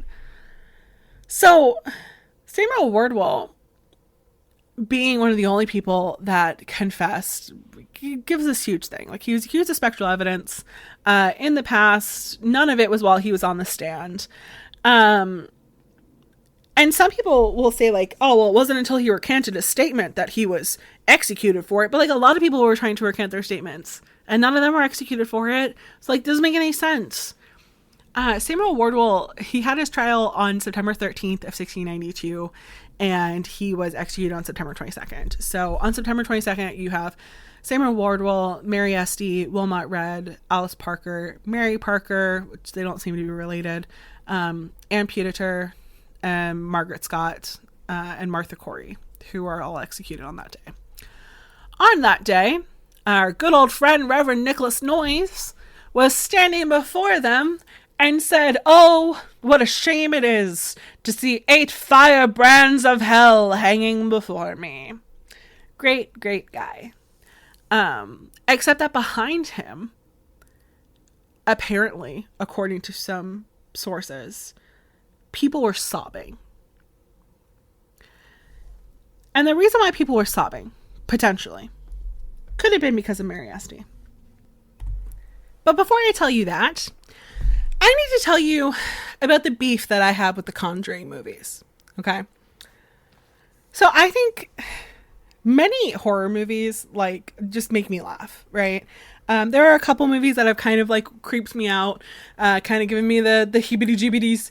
But for the most part, I watch horror movies to laugh at. I watch horror movies to bring comfort, right? Like, I've been watching horror movies for a very long time. A couple months ago, I was watching the Conjuring movie. I haven't watched the first Conjuring movie, like, since it came out, whenever that was. It was quite a bit of time before I, like, really knew anything about the witch trials. So there's this part in the Conjuring movie, the first one, where Ed and Lorraine Warren are talking about Bathsheba, or whatever her name is, the big bad that's in that movie. And they're like, oh, we did some research, and Bathsheba, or whoever her name is, she's descended from one of the Salem witches. She's descended from Mary Esty. Oh, blah, blah, blah. I was cooking dinner while watching it on my phone, and I literally was like, are you fucking kidding me? And my husband was like, what's going on? What's going on? Thinking I, like, cut my hand or something like that, which then led to a 20-minute rant about how fucking dare the Conjuring movies say it was Mary Esty and say that she was the one who was the descendant of this big bad, and how that really said a lot of things about her, and how, well, of course this person was awful because Mary Esty was her fucking ancestor or whatever. Like, are you kidding? Mary Esty was the one that these authors, did they even research anything about these people? This is why movies that try to have, like, a historic lens or whatever need to have historians as consultants on it, or people who are at least knowledgeable about it. Read a fucking book before you just insert a name. Did you just Google it and you were like, yeah, Mary Esty, that sounds cool? No. Are you, like, you could have still said that she was descended from one of the Salem witches, but choose one of the people. Like, I still would have probably been pissed off about it, but you could have chosen one of the people who had been accused of witchcraft in the past. You could have picked fucking Dorcas Hoare, who was a confessed witch who escaped her execution. You could have said it was her. You could have said it was Bridget Bishop, Sarah Glade, Susanna Martin, all of these people who had this, like, intense past of having all of these issues. But you pick Mary Esty, this fucking light in this time of darkness. You pick Mary Esty, who is my favorite person because of what she did after the trials. Okay? So after the trials, Mary Esty wrote a petition, right? It was basically to an appeal of her case, largely, right? So Mary Esty, in writing this first appeal, was basically to the effect of, like, hello, I would like to not be executed, please. And they were like, hello, Mary, denied. Love, William Stoughton, as whatever, right? That's not why she's my favorite. The reason why she is my favorite is because of the second petition that she wrote. And I really do think that this is why there was not a single dry eye in attendance, because if this is the kind of person that she was, to execute her for witchcraft was a fucking crime. And to execute her for witchcraft, these people deserved to rot in hell. These people deserve to rot in hell for executing everyone for witchcraft. But when you have someone who writes something like what I'm about to read you, are you fucking kidding me? So here's most of her letter. The humble petition of Mary Esty unto His Excellencies Sir William Phipps, who is the governor. Whereas your poor and humble petitioner, being condemned to die, do humbly beg of you to take it in your judicious and pious considerations that your poor and humble petitioner, knowing my own innocency, blessed be the Lord for it, and seeing plainly the wiles and subtlety of my accusers, by myself cannot but judge charitably of others that are going the same way of myself, if the Lord steps not mightily in. The Lord above knows my innocency then, and likewise doth now, as the great day will be known to men and angels. I petition to your honors not for my own life, for I know that I must die, and my appointed time is set, But the Lord, he knows it, that if it be possible, no more innocent blood be shed, which undoubtedly cannot be avoided in the way and course that you go in. By my own innocency, I know that you are in the wrong way. The Lord in his infinite mercy direct you in this great work, and if it be his blessed will that no more innocent blood be shed, I would humbly beg of you that your honors would be pleased to examine this afflicted person strictly and keep them apart some time, and likewise to try some of these confessing witches. I being confident that there are several of them that have belied themselves and others. I beg your honors not to deny this my humble petition from a poor, dying, innocent person, and I question not but the Lord will give a blessing to your endeavors.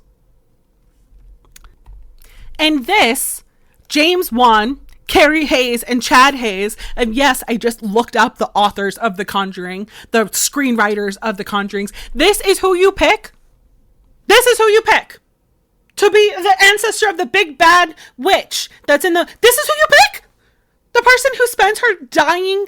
How the fuck did she even get paper? She gets her dying days and her last moments in life petitioning for the people who are around her, petitioning not for herself, but for the people who are in jail with her, coming to terms with the fact that she is going to be executed, coming to accept the fact that she is going to be executed, but not being able to accept the fact that the people around her who could be innocent would face the same fate, and you're going to pick her of all the people? She is the light in the darkness that is the Salem witch trials. She is the best and most beautiful soul in the Salem witch trials, praying for the judges that have condemned her in the same process of advocating for the people who are in prison next to her. And she is convicted and she is executed, and they ignore her petition. And this, understandably so, is the execution that is the last one. And this is the execution in which there is not a dry eye in attendance. So some people, myself included, are of the belief that Mary Esty is the person who changed the minds of some of the people in Salem. Some people say that it was the execution of Giles Corey that really drew the line for a lot of people. But how do the witch trials end? Because September 22nd is the last execution. There are no more people after that. In October, a man named Thomas Brattle comes to town.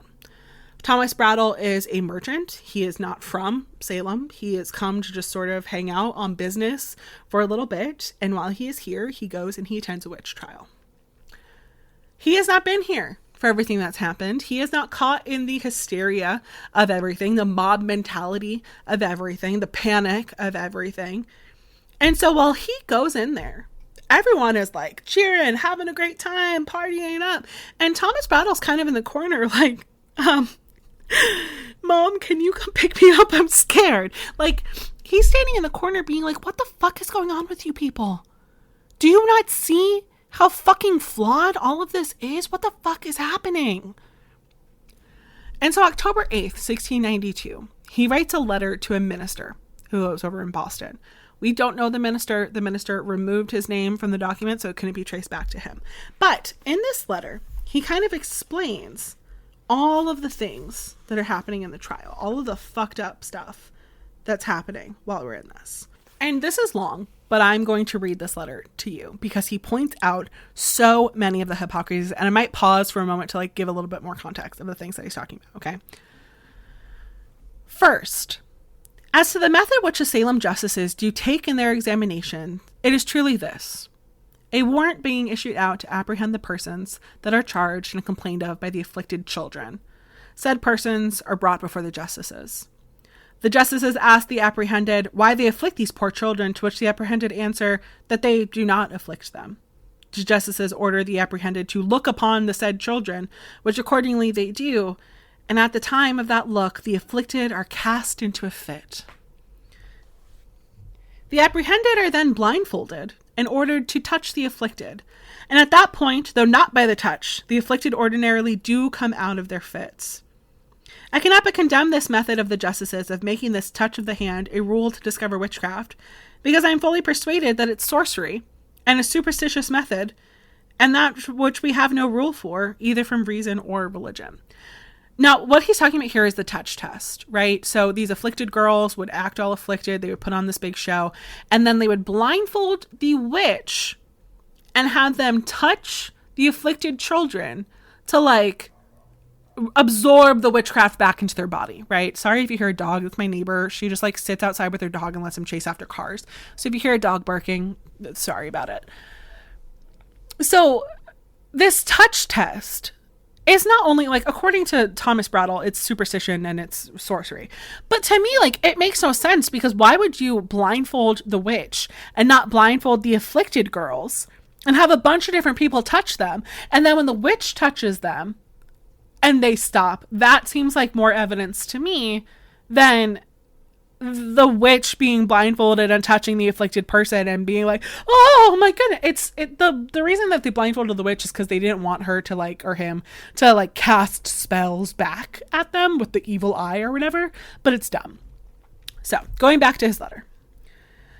Secondly, with respect to the confessors, or such as confess themselves to be witches, there are now about 50 or so of them in prison, many of which I have again and again seen and heard, and I cannot but tell you that my faith is strong concerning them, that they are deluded, imposed upon, and under the influence of some evil spirit, and therefore unfit to be evidences against themselves or anyone else. So he's saying here that the people who have confessed to witchcraft are in fact the afflicted ones, not the afflicted girls. These confessors do very often contradict themselves. The Salem gentlemen do see, and even the judges themselves have at some times taken these confessors in flat lies and contradictions, even in the courts, by reason of which one would have thought that the judges would have frowned upon the said confessors, discarded them, and not minded them one title of anything that they said, but instead thereof the judges vindicate these confessors, and salve off their contradictions by proclaiming that the devil takes away their memory, and imposes upon their brain. Some of these confessors are allowed to give their oaths, a thing which I believe was never heard of in this world, that such as confess themselves to be witches, to have renounced God and Christ and all that is sacred, should yet be allowed and ordered to swear by the name of the great God. This indeed seemed to me a gross taking of God's name in vain. I know the Salem gentlemen do say that there is hope that the said confessors have repented. Whoever can be an evidence against the prisoner at the bar is ordered to come into court. None of them do respect witchcraft upon the bodies of the afflicted. They are searched by a jury, and as to some of them, the jury brought in that on such or such a place there was a preternatural excrescence. And I wonder what person there is, whether man or woman, of whom it cannot be said that in some part of their body or other there is not a preternatural excrescence. So by the preternatural excrescence, they mean the witch teat that I was talking about at the beginning. I do admire that some particular persons, and particularly Miss Margaret Thatcher of Boston, which is not the same Margaret Thatcher, that's the English Prime Minister, should be much complained of by the afflicted persons, and yet that the judges should never issue out their warrants to apprehend them.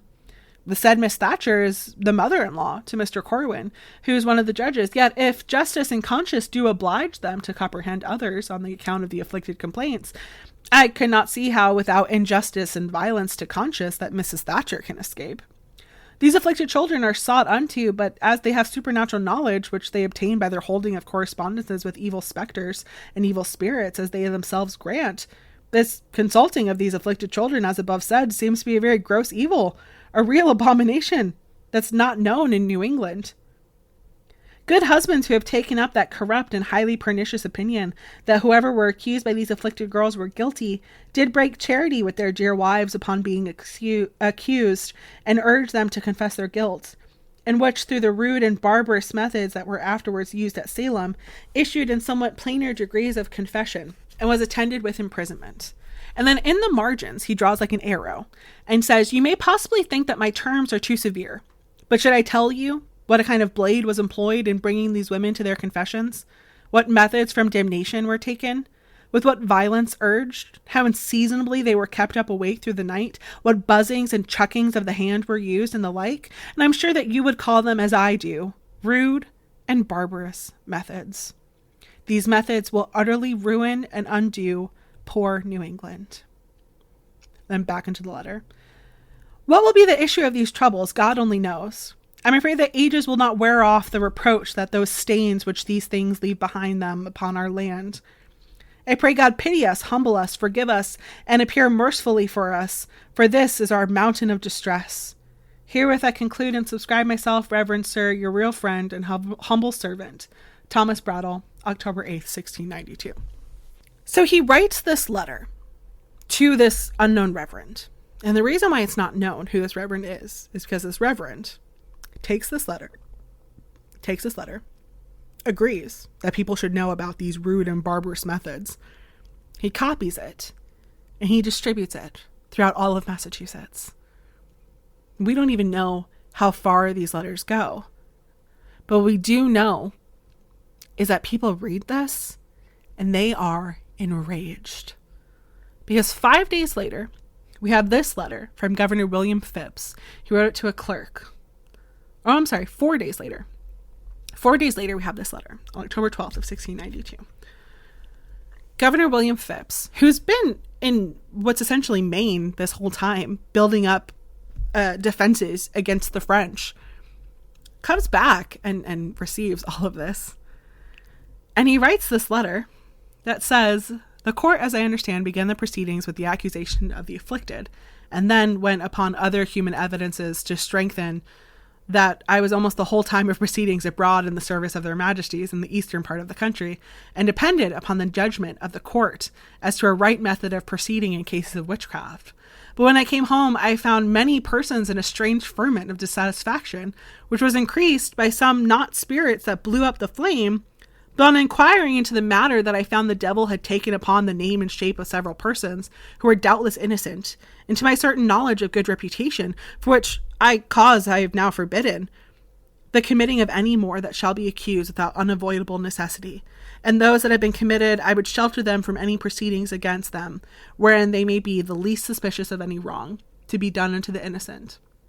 I would also wait for any particular direction or command, if their majesties please do give me any for the full ordering of the perplexed affair. So he writes this letter on October 12th of 1692.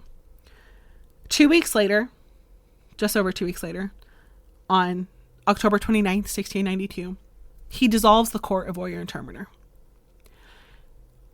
He says that anyone who is supposed to be executed in October at the next execution, that's all overturned.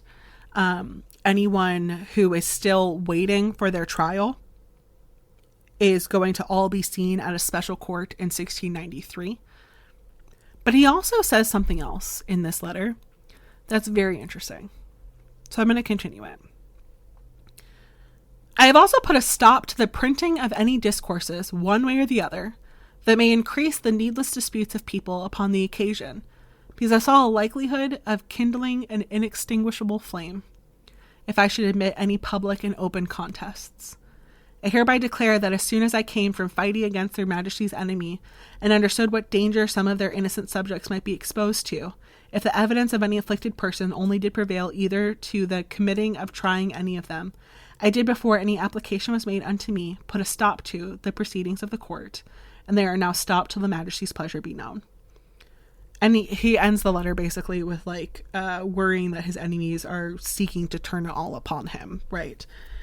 But the interesting thing is him saying, I've put a stop to the printing of any discourses one way or another that may increase the needless disputes of people upon the occasion, because I saw a likelihood of kindling an inextinguishable flame if I should admit any public and open contests. Meaning that Governor William Phips puts out a gag order. He prevents anyone from continuing to write about the Salem witch trials from either side, in an attempt to cover up everything that happened. This is the first case of government cover-up in American history here in Salem with the Salem witch trials. But he does allow one man to write a book. Our good old friend Cotton Mather. Cotton Mather, who was so influential at the execution of George Burroughs, now gets to write a book called Wonders of the Invisible World. in which he justifies every single thing that happens. He says that every single thing that happened was in the right, that they were on a mission from God, that the judges behaved spectacularly, and they continue on with it. It is a complete piece of propaganda.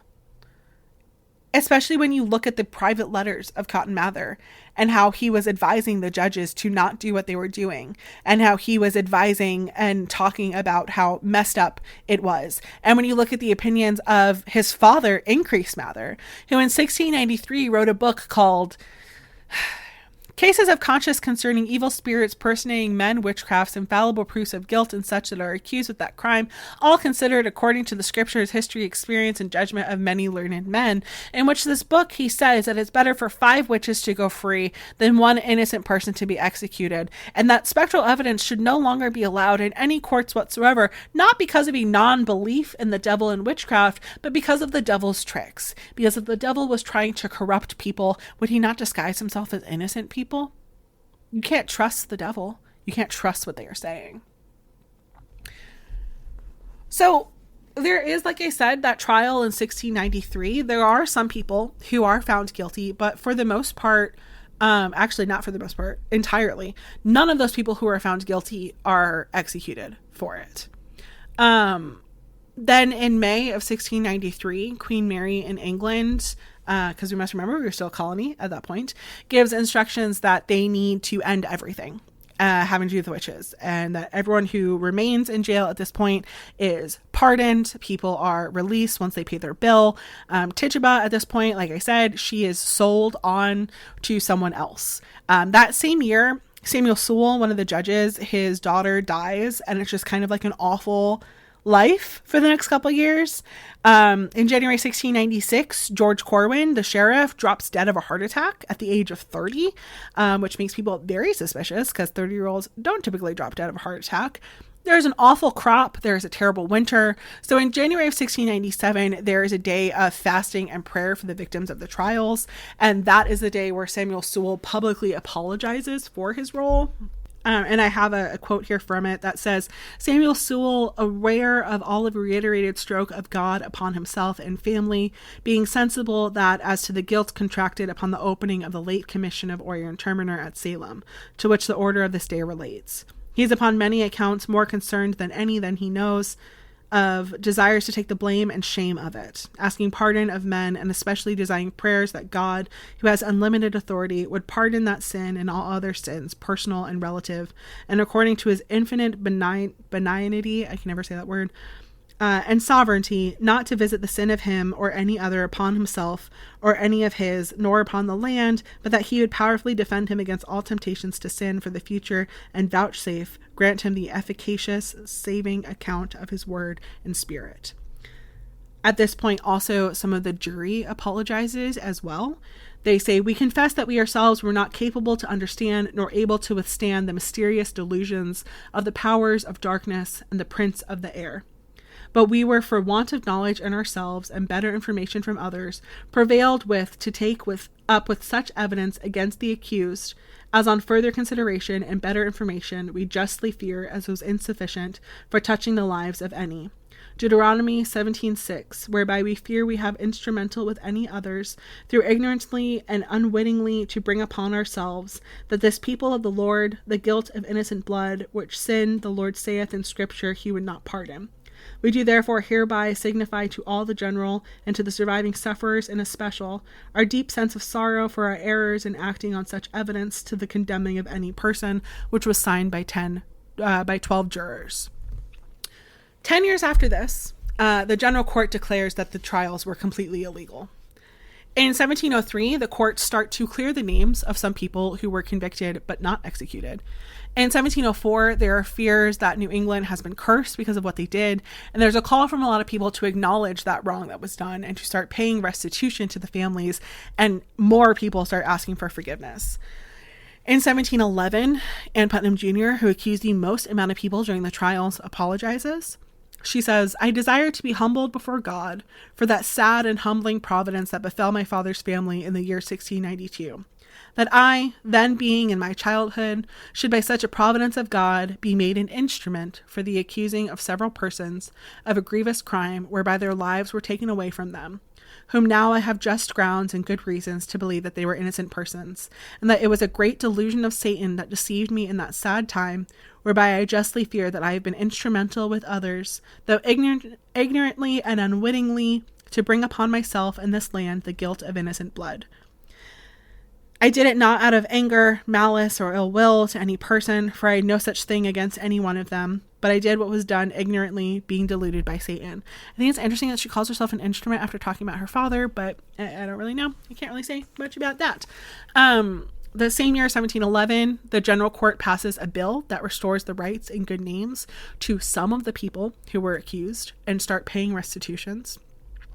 But the entirety of the victims are not exonerated until 2001, like literally 22 years ago. Bridget Bishop, Susanna Martin, Alice Parker, Wilmot Red, and Margaret Scott were finally cleared in 2001.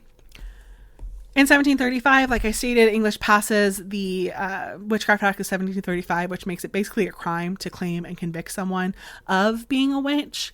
But even with that law being passed in 1735, that technically makes it a crime to convict someone that outlaws witchcraft, the witch trials technically were not over here in Salem. It wasn't until 2001 that Bridget Bishop, Susanna Martin, Alice Parker, Wilmot Red, and Margaret Scott were finally cleared. And Elizabeth Johnson Jr., who was the last person on record convicted of witchcraft. She was one of the people who was convicted in January of 1693, who wasn't executed, but she was on the books as a witch, was not exonerated until July of 2022. So after 330 years here in Salem, we can finally say in 2023 that the witch trials have finally ended. Hey, editing Christina here one final time. I did forget to mention that the Afflicted girls and the Putnam family and the judges, none of them ever faced any repercussions for anything that they did. They all went on scot-free. We don't know what happened to Abigail Williams, unfortunately. I don't know, she kind of just like disappears from the records. But most people continue to live long, happy lives with no consequences for causing the death and destruction of the lives of countless people here in Salem. Isn't that just so nice? However, the Connecticut witch trials, the very first episode that I've ever done on this podcast that talked about the Connecticut witch trials, many of those people who were convicted of witchcraft have not been exonerated yet. So our work isn't officially done. All right. Well, I think that this is officially the longest episode that I have ever done here on Effed Up History. If you like what you heard and you want to hear more, please consider subscribing or leaving a review or joining my Patreon. Please support the podcast however you can. Leave a review on Spotify. I'm probably going to start moving onto YouTube soon, even if it's just uploading audio files onto it. So you guys can maybe hear over there, read the transcripts, whatever, whenever I have time. And remember, friends, history may be watching you, so don't fuck it up and don't allow shit like this to happen again. It's pretty fucking crazy to hear some of the dialogue that's happening right now and how much it fucking echoes the witch trials back in the day. Don't let this fucking happen again. In 400 years, 330 years, I don't want people to be talking about how fucked up America is and how we had another witch trial against like the gay community or the trans community or the non-binary community or whatever it is that people are pushing. It's fucking ridiculous that it is 2023 in the year of our fucking Lord and we're still having goddamn fucking witch hunts. Enough. And Donald Trump, this is not the single greatest witch hunt in history. Shut the fuck up. Okay, bye!